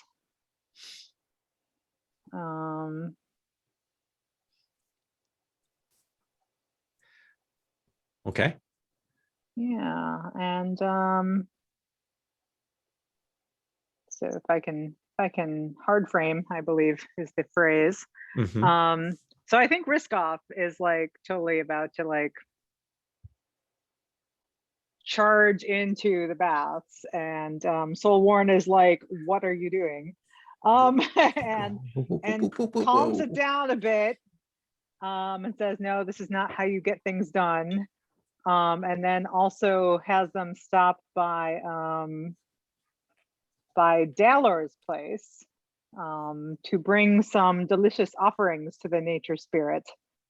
So Dalor can be with them too. Does that sound? And then they try and go again a little more. I think Dan should play the nature spirit then at that point. Okay. So I'm like, okay. Now understand that just in general, spirits don't operate in the same ways and logics that they're not, arguments are not what sways them. And that this spirit believes that it owns everything here because the water's covered it for a while. Yeah, why are you all building a city on top of a nature spirit who doesn't like you? Well, it's because it's so fertile here, we can grow good crops. I mean, we haven't really got into our swing of things, but you know, we will. And the land is so fertile, that's why we're able to grow things quickly. I think it's more that this city existed for several hundred years with these people living here, and there was a crisis and they had to leave, and now they're returning back to it. It is a cycle. I'm big on cycles. Cycle or no, if you don't get this, you got to make peace with your neighbors. You really do. You can't just let this sit. Why is no one trying to make this work? I think that you have been focused on your work, and you have not seen that people have been trying to negotiate and come to terms and deal with the nature spirit. I mean, that's part of why Baltic is around, is he's trying to act as a liaison to form a bridge between the two. People didn't realize when they moved back here that this was the situation. So there is some negotiation going on. I don't know why I'm talking. I mean, you're a person of import and wisdom and power. I shouldn't have to tell you these things. You probably already know them. Yeah, you shouldn't have to, because they should have been started before I got here. Well, let's go. Can't make it worse. So we're headed off to the baths then. Yes. Yeah, I hear you've made something that'll make us And welcome. I think Daler kind of pats his pack. It's like a purse, right? It's a big pouch thing. Yeah. He goes, I've got it covered. All right. Off we go then. Yeah. So I imagine the baths are like you said, like we can see kind of the outlines of the old ritual, big, beautiful tiled bathhouse, but now it's flooded, and there are ways to kind of walk in. I don't know what else, other details people want to add to this bathhouse. I think that under the water, there's like some lichen that grows that glows. So even at night, you can see, dim shapes and things like that. I like Yeah. that. I imagine there are fish in there as well. Mhm. And Dan, what does the nature spirit look like, or what's the process of getting to them? I think the baths themselves are kind of these big rectangles, but there's these tiled walkways between them, and he's got what amounts to like a kind of a rickety sort of deck chair type thing set up. Tell me if this kills the mood or the tone, but I was imagining the the nature spirit to be somewhat like the dude in The Big Lebowski. Is that too weird? All right. I like So, it. There's a certain yeah. Miyazaki-ness to that. Yeah, sort of Mhm. humanoid and actually pretty chill. And Is it actually a personification? So we actually see like a person? yeah, like that's Okay. the spirit is the What do they look like? Do they look human or are they made of yeah, water? like Okay. literally like the dude from The Big Lebowski. Nice. Okay. Yeah, like kind of a uh person wearing sandals, guy wearing sandals, scraggly beard, loose fitting clothing, just kind of lounging in the chair. I don't know that nature spirits don't drink alcohol like the Big Lebowski would do, but maybe like he knows you, Daler, because you always bring him cool snacks. So I think that's exactly right. So I think Daler walks up and, I think that the nature spirit gets a big smile and Daler is like, hello, my friend, and reaches into his pouch and pulls out, a packet of herbs. And he takes a cup out of his pouch and he dips out some of the water. And then, no, this water isn't drinkable drinkable by us, but the nature spirit, it's a part of the nature spirit. Right. He takes these herbs and he squeezes it in, and this is like mint, right? So we get a few drops of mint and he hands it over to the nature spirit, who I think takes a sip, and we see kind of an icy coolness come over the visage. Right. Yeah. But also a look of bliss. Like, Taylor, man, you just got it. You, every time I see you, you just bring me the best, most tasty stuff. Did you bring any food this time? I can't drink this without any food. He says, sure. What I brought you, and he pulls a couple of fresh fruit, like an orange and an apple. And he Oh, takes one of his sharp knives and he slices them open and pierces them, and they're very juicy. And he hands one half over, and then he splits the other half and hands it to Riskov. Mhm.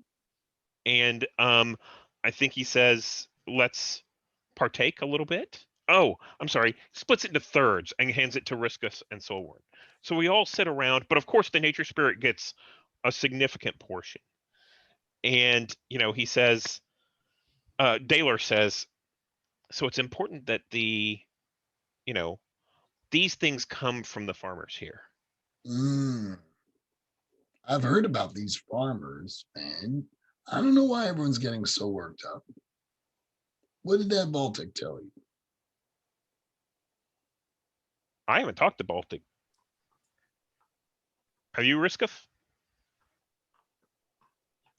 I have. He said that you're quite upset about it. That guy needs to just relax. That's what So, I said. Yeah. yeah. How are you all liking your apples? They're good, right? Oh, very juicy. Excellent. It's an orange, but yes, they're delicious. You know, I can keep this fruit straight. Apples to oranges. I understood. So tell me about these farms that people want to build, man. Like, what's the big deal? Well,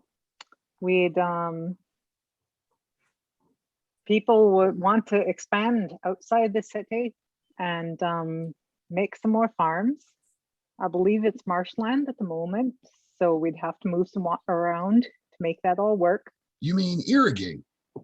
Yeah, irrigate. Yeah, I like that word.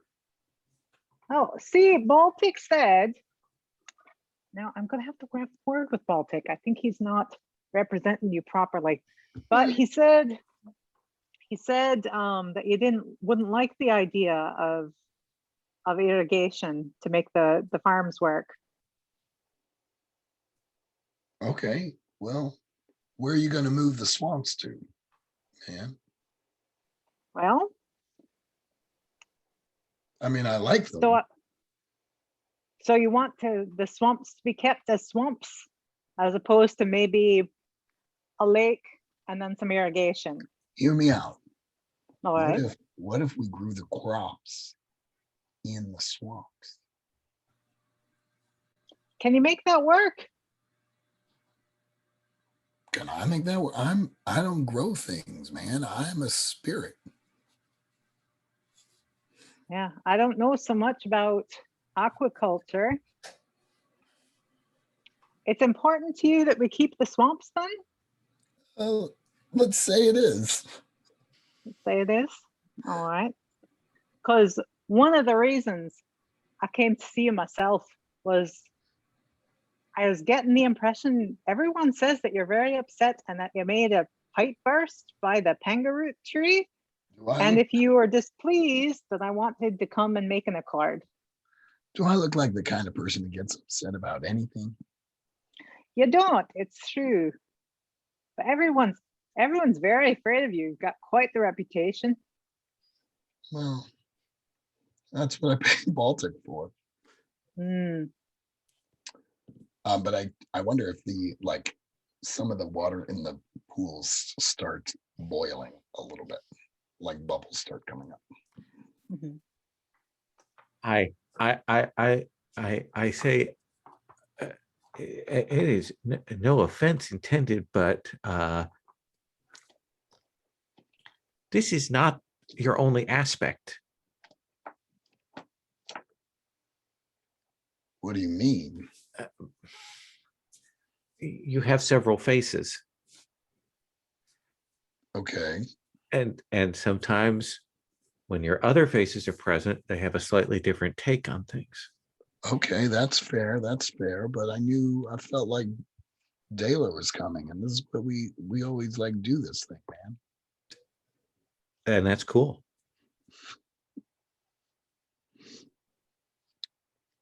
What would you say is another face that your character is familiar with? I imagine that there's a more wrathful nature spirit of the flood that boils up from time to time.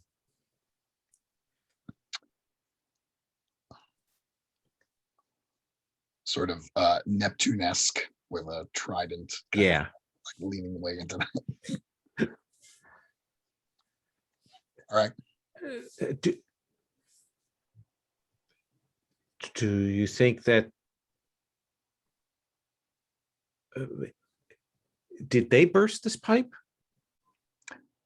Oh no, man, we didn't burst any pipes. It's Okay. just old pipes. It did look like very old pipes, Yeah. not well put together. Yeah.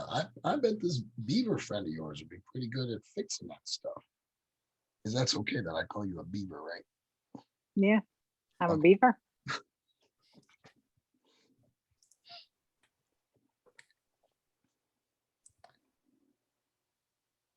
Oh, I guess it's all right then.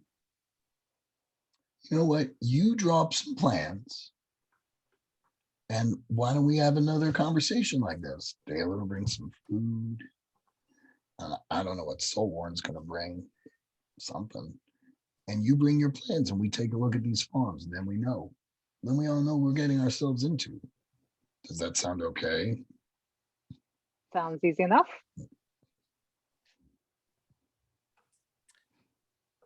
We should go. We've kept you long enough. All right, dudes. Well, it was nice seeing y'all. I think Daler, before he leaves, pulls like a juicy pear out of his pouch and sets it down next to the water spirit and says, "This is for later," and gets up to follow the rest of them out.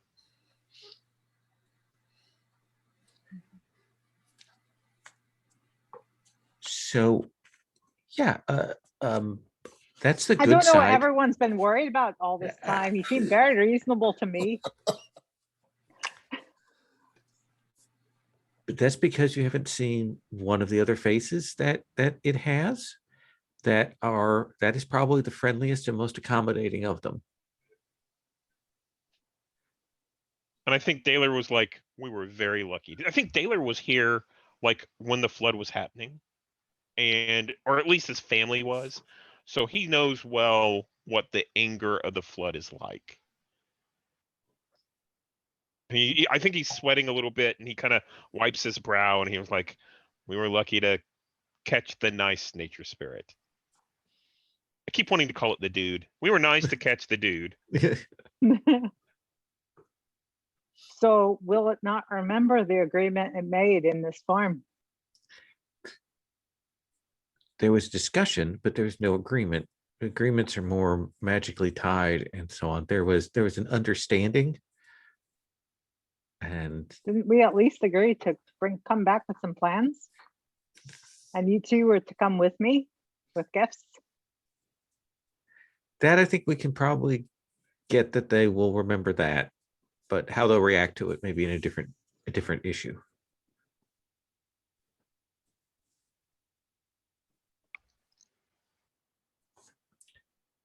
Well then, I'll draw up a couple set. So that feels like scene. So I think I will make a prediction that I will add to the yes, that if this goes off, the nature spirit will have weird demands for crops.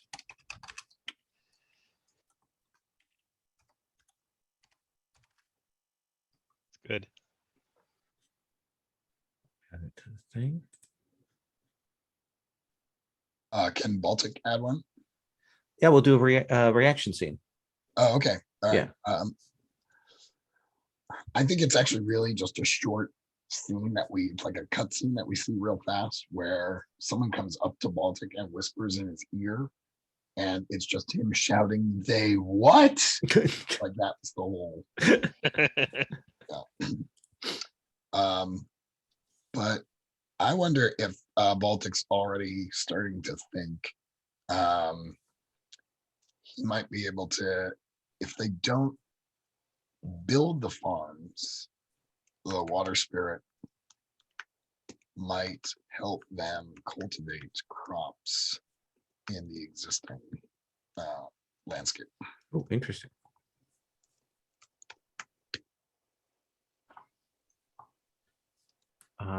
And Marley, do you want to put a tick on the crossroads or on the crisis?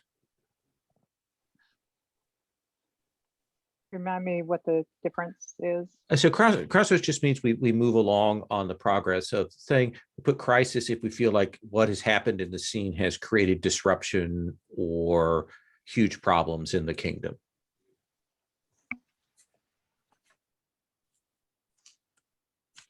I don't think it has yet, so I'm going to put it in the crossroads. That But makes the sense. next scene might. might. Yeah, no, that was good. That progress was made. Mhm. I'd like to then for my scene call a scene with just Soul Worn and Baltic. Okay. With Soul Worn having called Baltic to talk, and like we're at maybe a corner of the Crow Keeper's Rest. Unusually for Soul Worn, they've bought drinks Nice.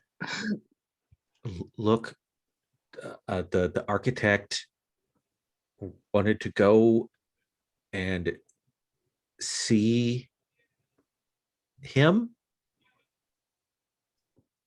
and there wasn't much I could do about that.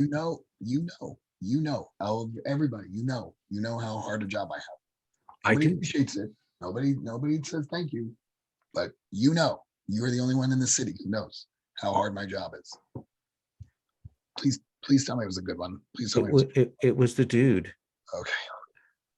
which is good and bad. Yeah.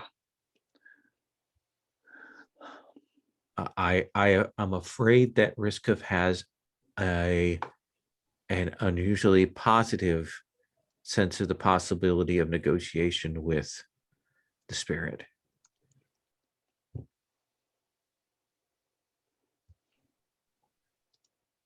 So let's hear it. What did he ask for? He actually asked Riskov to draw up plans and to come back with those plans, Oh boy. bring them and show them to him. No. And he also indicated that No. he might be amenable to things if the swamp still existed and that we grew things in the swamp, which is not necessarily feasible. Yeah, no, I had a conversation with him and he said he might do that, but it's just like that. No one's gonna buy that. Your master is Well, yeah. your boss. What do you want me to say? I'm the avatar. But then what do I call him in relation to you? I don't know. I just The figurehead? give this to me. I'm just a glorified butler. You have a great deal of power to enact. The problem is that people don't understand. They see this as just another person to be negotiated or dealt with, and it is not quite like that. No, they don't remember the flood. I mean, Dayla remembers, but you can't get all these new folks. They have no idea what he can do. All they remember is the storm and the destruction of that and their homeland destroyed, and that's what they remember. All right, do the cards. Let's see what the cards say. Are you sure you want me to do that? Yeah. Kind of goes through and flips the cards.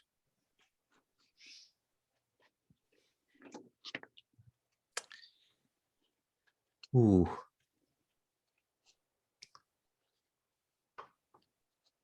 If we don't do this, everyone's going to blame the nature spirit.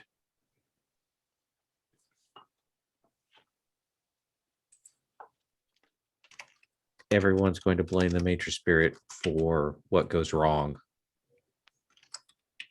from that point forward.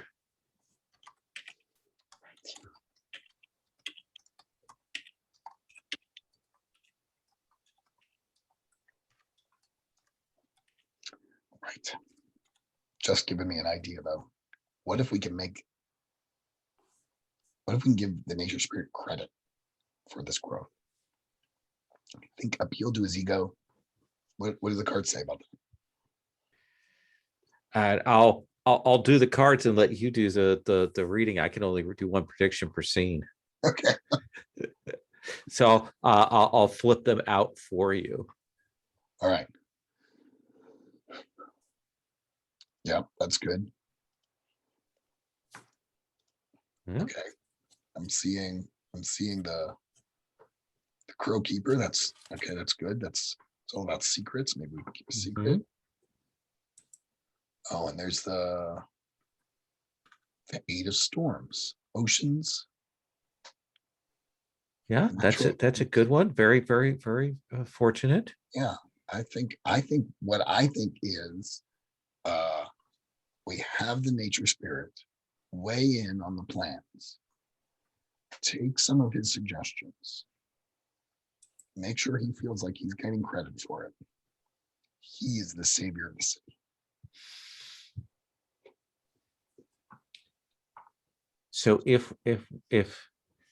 so what is your prediction there then? My You want to prediction add? is if we don't, If we do the plan, the nature spirit's ego will be stroked, essentially. yes.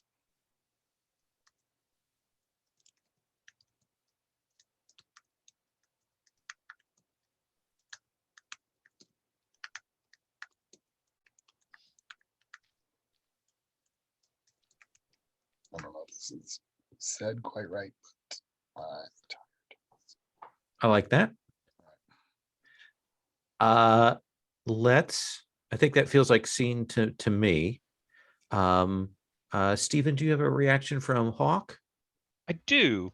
So I think that after going to the nature spirit, Daler comes back and he's kind of a center of hub and everybody talks about it. And if Baltic expresses that if we can give credit for the success to the city, to the nature spirit, I think if he starts those plans rolling, is that your plan, Baltic?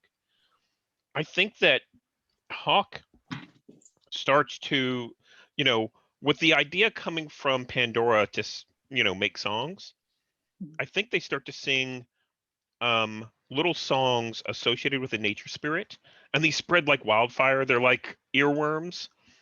And, I think the nature spirit hears the town singing his praises. Nice. And what about for Risk Up? Is there anything you want to have for a reaction scene there? So Risk Off is in fact off making a bunch of plans, and they're not just making one, because this is actually, for all that they are usually not dealing with nature spirits, they have in fact had clients who are just really picky and change their mind a lot and are hard to deal with. So some of this, like the plan with the glaring flaw that the client can then point out and they can like fix on the spot, is stuff like this that that they are doing, and they've got a couple of different ideas, like starting off with one they don't think that the nature spirit will like as much, so that they can then like show another one that is actually the one that they actually wanted and make it seem like a compromise and stuff like that. Nice. So yeah, there's various things that they're planning on doing. Awesome. But yeah, that all takes a lot of work, so they're off. So I'll put another tick on the crossroads. And Dan, then you will frame another scene. Is it reasonable to talk about whether we want to do a crossroads or a crisis before we frame the scene, or do we kind of let the fiction play out and see where we land? Usually we let the fiction play out and see Okay. where it goes. Okay.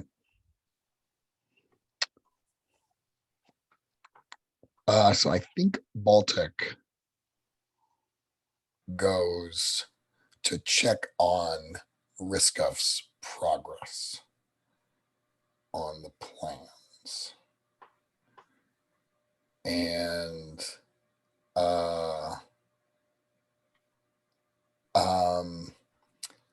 maybe brings Daylor,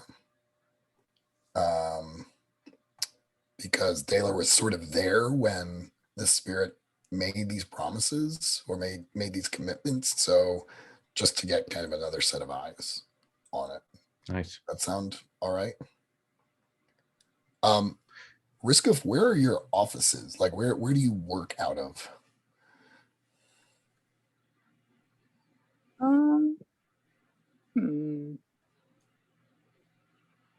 Yeah, so I think Riskoff has offices, but like it is generally known that that is like the last place you will ever possibly find them. I think they are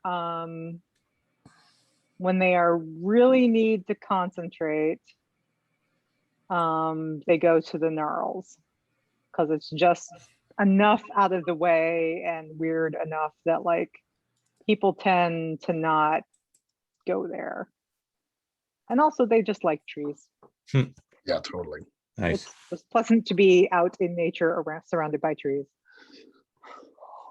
Taylor, I always get lost when I go to the gnarls. Can you come with me? I gotta go talk to Risco. Certainly.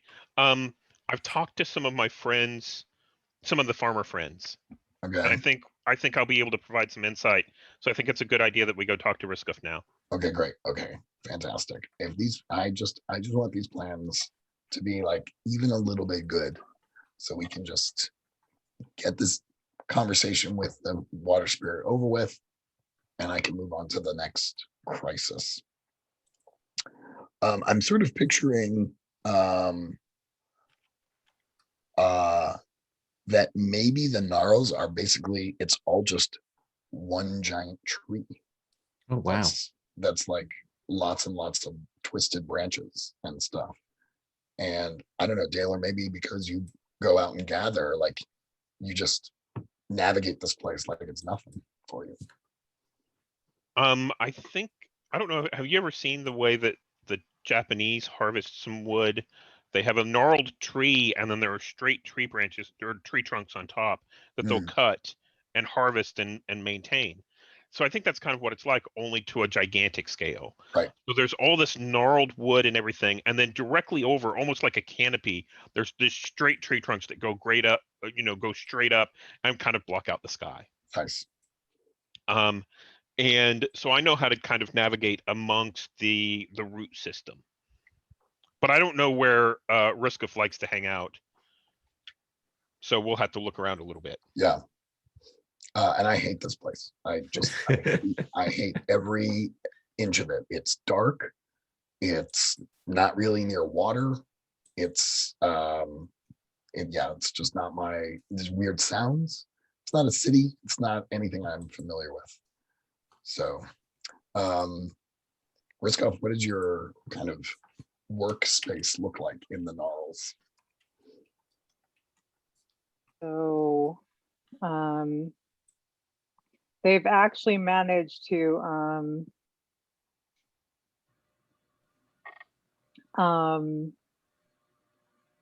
yeah, this isn't considered particularly sacred or anything, right? It's just this really cool tree. Okay, yeah.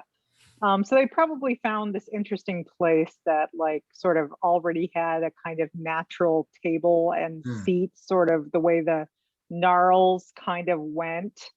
And Riskoff sort of carved it a bit to be a little better, more explicitly a table and seat. And there's a couple of curls of branches where they like have some supplies sort of tucked in and stuff like that. So it's actually this very natural, organic kind of, it actually has a lot of the office amenities you would want. And they've got some big papers out, a bunch of them, and they're just sort of sketching and not like freehand sketching. Like at this point there's like rulers and things like that, like they're being more precise. Baltic says to you, how do you get anything done out here? I don't get it. Well, usually I'm left alone. Well, all right, well, we'll make it fast. Taylor and I just wanted to check in on progress. How's it going out here? How are you feeling about these plans? Which plans are you referring to? Oh my goodness. No, I have about 5 in progress.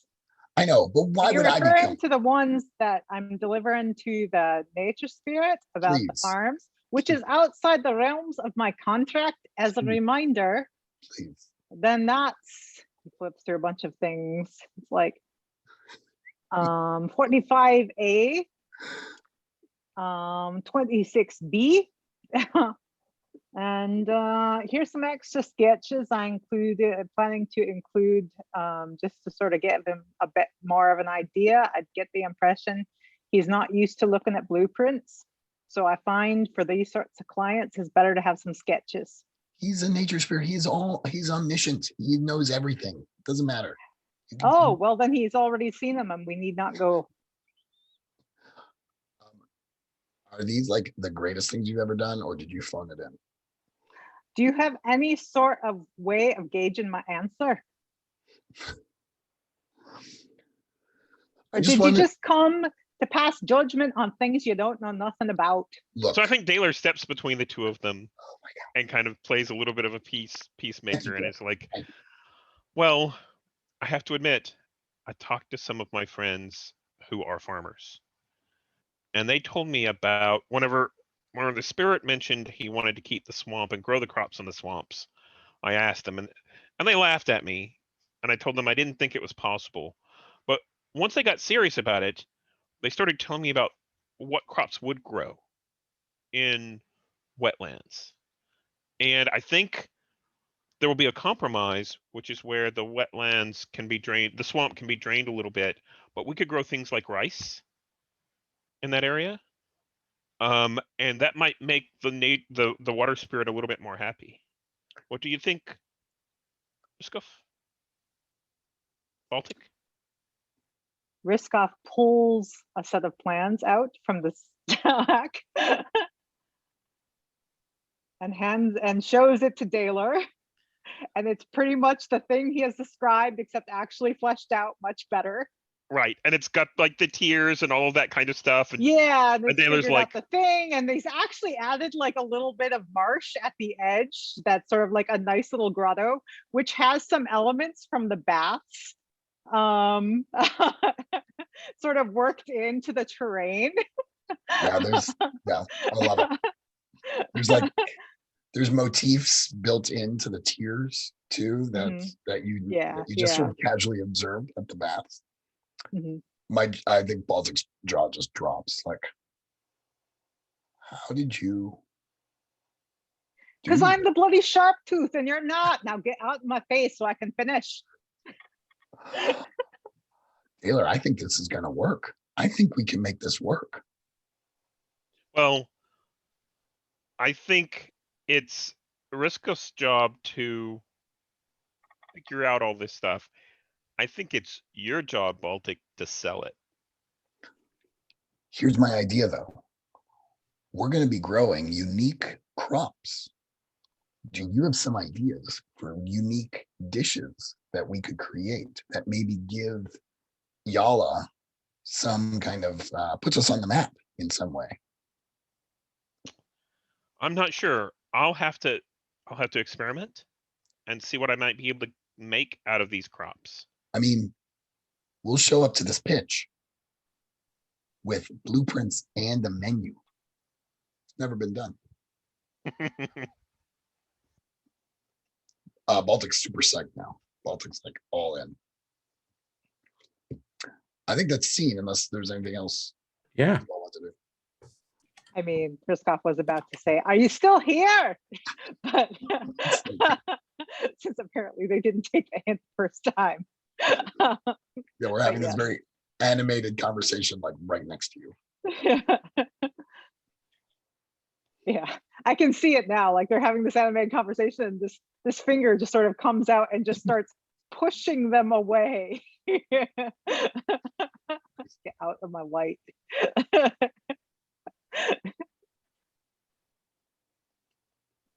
Nope, you're still muted, Lowell. Dan, do you have anything you want to add prediction wise? I was thinking about that. I feel like there's a reason why we're trying to bump these up on each side and why we're putting our initials next to them. Is there something mechanical I should be aware of at this point? So here's what it is when we go through the predictions, you'll have the right when we do go to whichever side we choose, you'll have the right to say, actually, I don't think this prediction is true. I see. You'll have the ability to reverse it. Also, if you were to change role, then your predictions no longer have weight. Predictions go away. Let's see. What's interesting is that we can't, or is it general practice to not qualify? Yes, Yes it's or a no? it's a yes or no. Yeah. Right.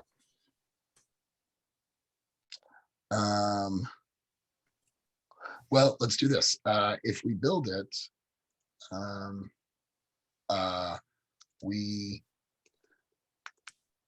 the city can use its unique crops to develop new cuisines.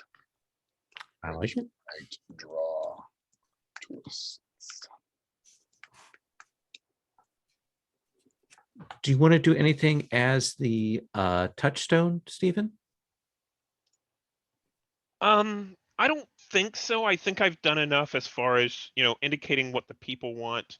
I think that we see Daler, kind of asking for some help with the recipes from Hawk, and they taste everything a little bit, and you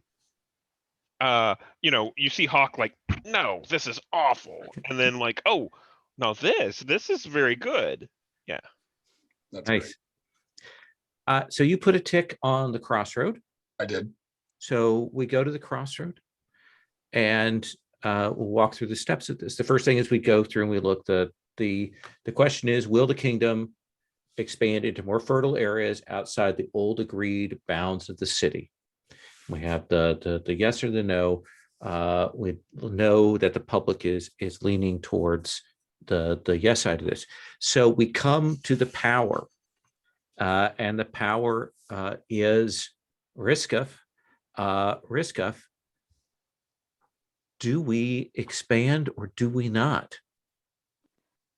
So Riskov, having spent a lot of time on these plans and actually come up with one that they're pretty clear meets the needs as they understand them. It's sort of an homage to the nature spirit and preserve some of the things they wanted, but also is a very functional agricultural area that should help support these people in a growing city. So they have faith in their designs, and they are totally going to do it. Perfect. So yes, and we've seen how you make the kingdom do it. You present these plans. So we will essentially strike through on the no.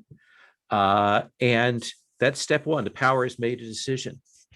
And step two is the perspective. Tell us whether each of your predictions on the winning side of the crossroad comes true or not. Describe your character seeing what happens. Dan, let me start with you on those. Look at each of your predictions. Are there any of those that don't come true?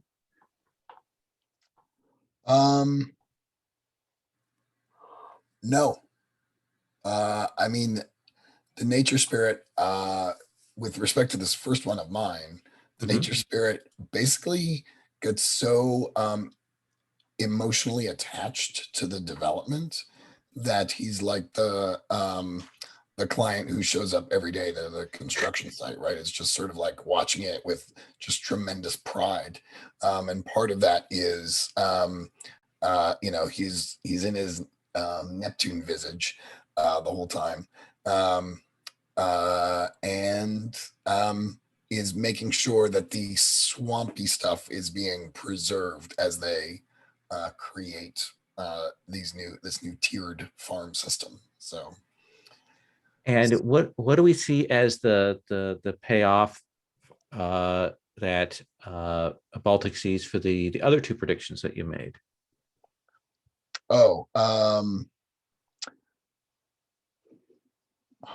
I think they end up holding a street fair in the nature spirit's honor to thank him profusely for this farm, and they serve all of this new food at the street fair. The growth of the city starts to fund these infrastructure improvements. And I think the reason we have these unique crops is that the old wild magics that I was so terrified of are in fact what changes the crops. And the weirder they get, the more the nature spirit is, yes, more of that, those purple oranges, yes, more of that, that's the demands that will happen there. Now, had our predictions like drastically contradicted one another, we would kind of go through a process to resolve that, but I think they all work in tune. And then Stephen, as the touchstone, you're going to tell us how your character feels about everything that's happened, and that's how the people of the kingdom feel about it. Muted. Yep. So I think the people are a little bit concerned at first because change is never easy. But I think that Baltic and Solorn and Riskov and Hawk have all kind of gathered together to spread the good news and to ease everyone into this. So the idea of having a festival is very good, and the people are always excited to have a festival. And whenever Daylor debuts his new creations, his new foods, everyone's kind of in line to try them out, and they all get just a little taste, but they all get kind of excited by this.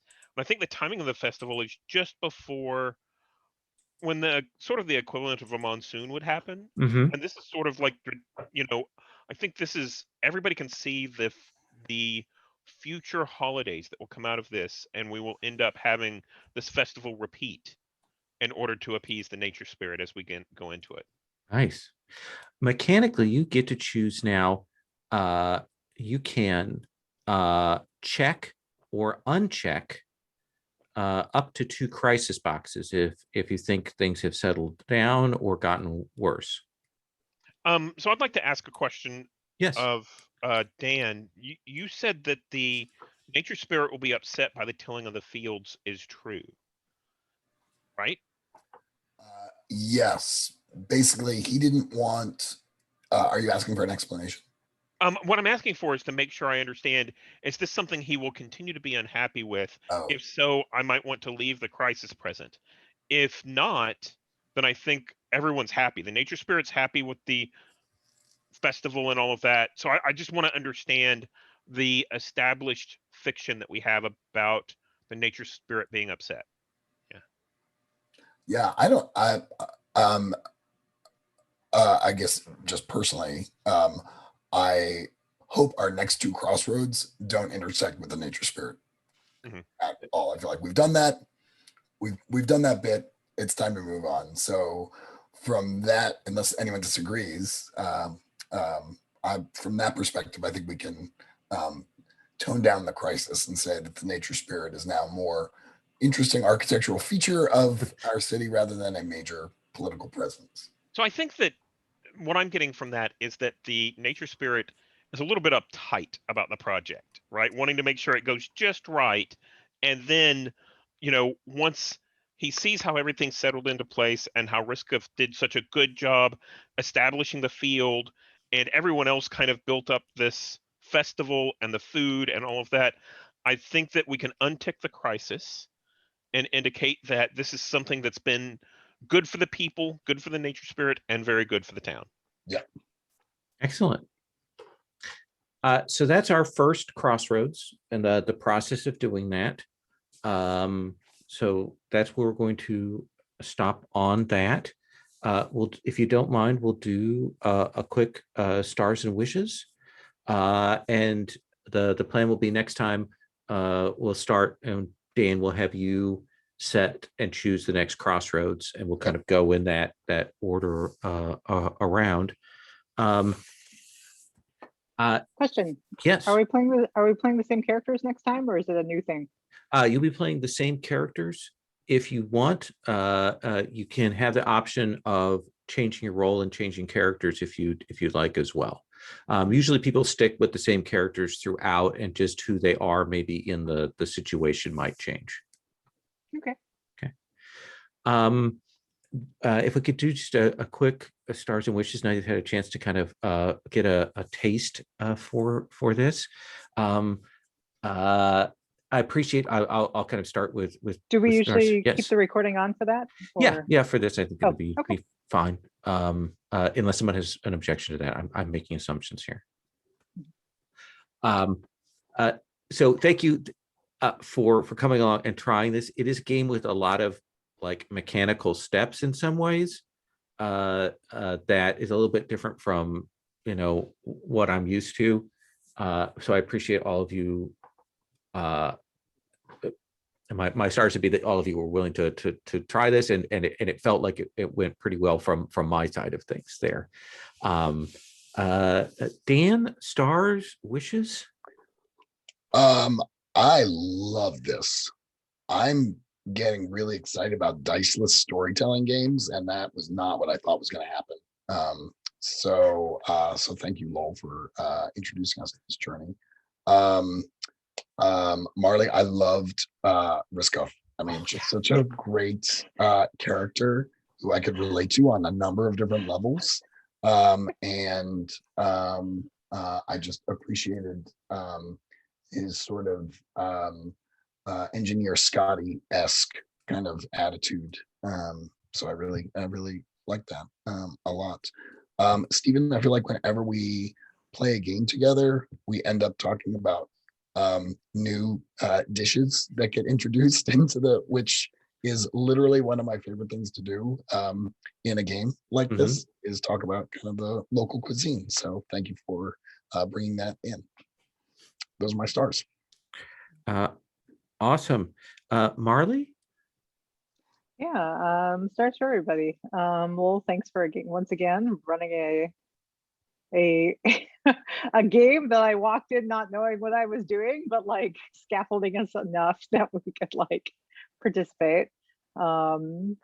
Stephen, I liked what you did with Daylor. I thought he was going to be like this tinier little like sidekick character, and he actually like built up quite nicely. And also thanks for tagging me in on Pandora, because I was not sure if I was going to get to play her, and that was delightful. And then Dan, that whole Big Lebowski nature spirit thing was like not what I was expecting at all. And I loved it. It was amazing.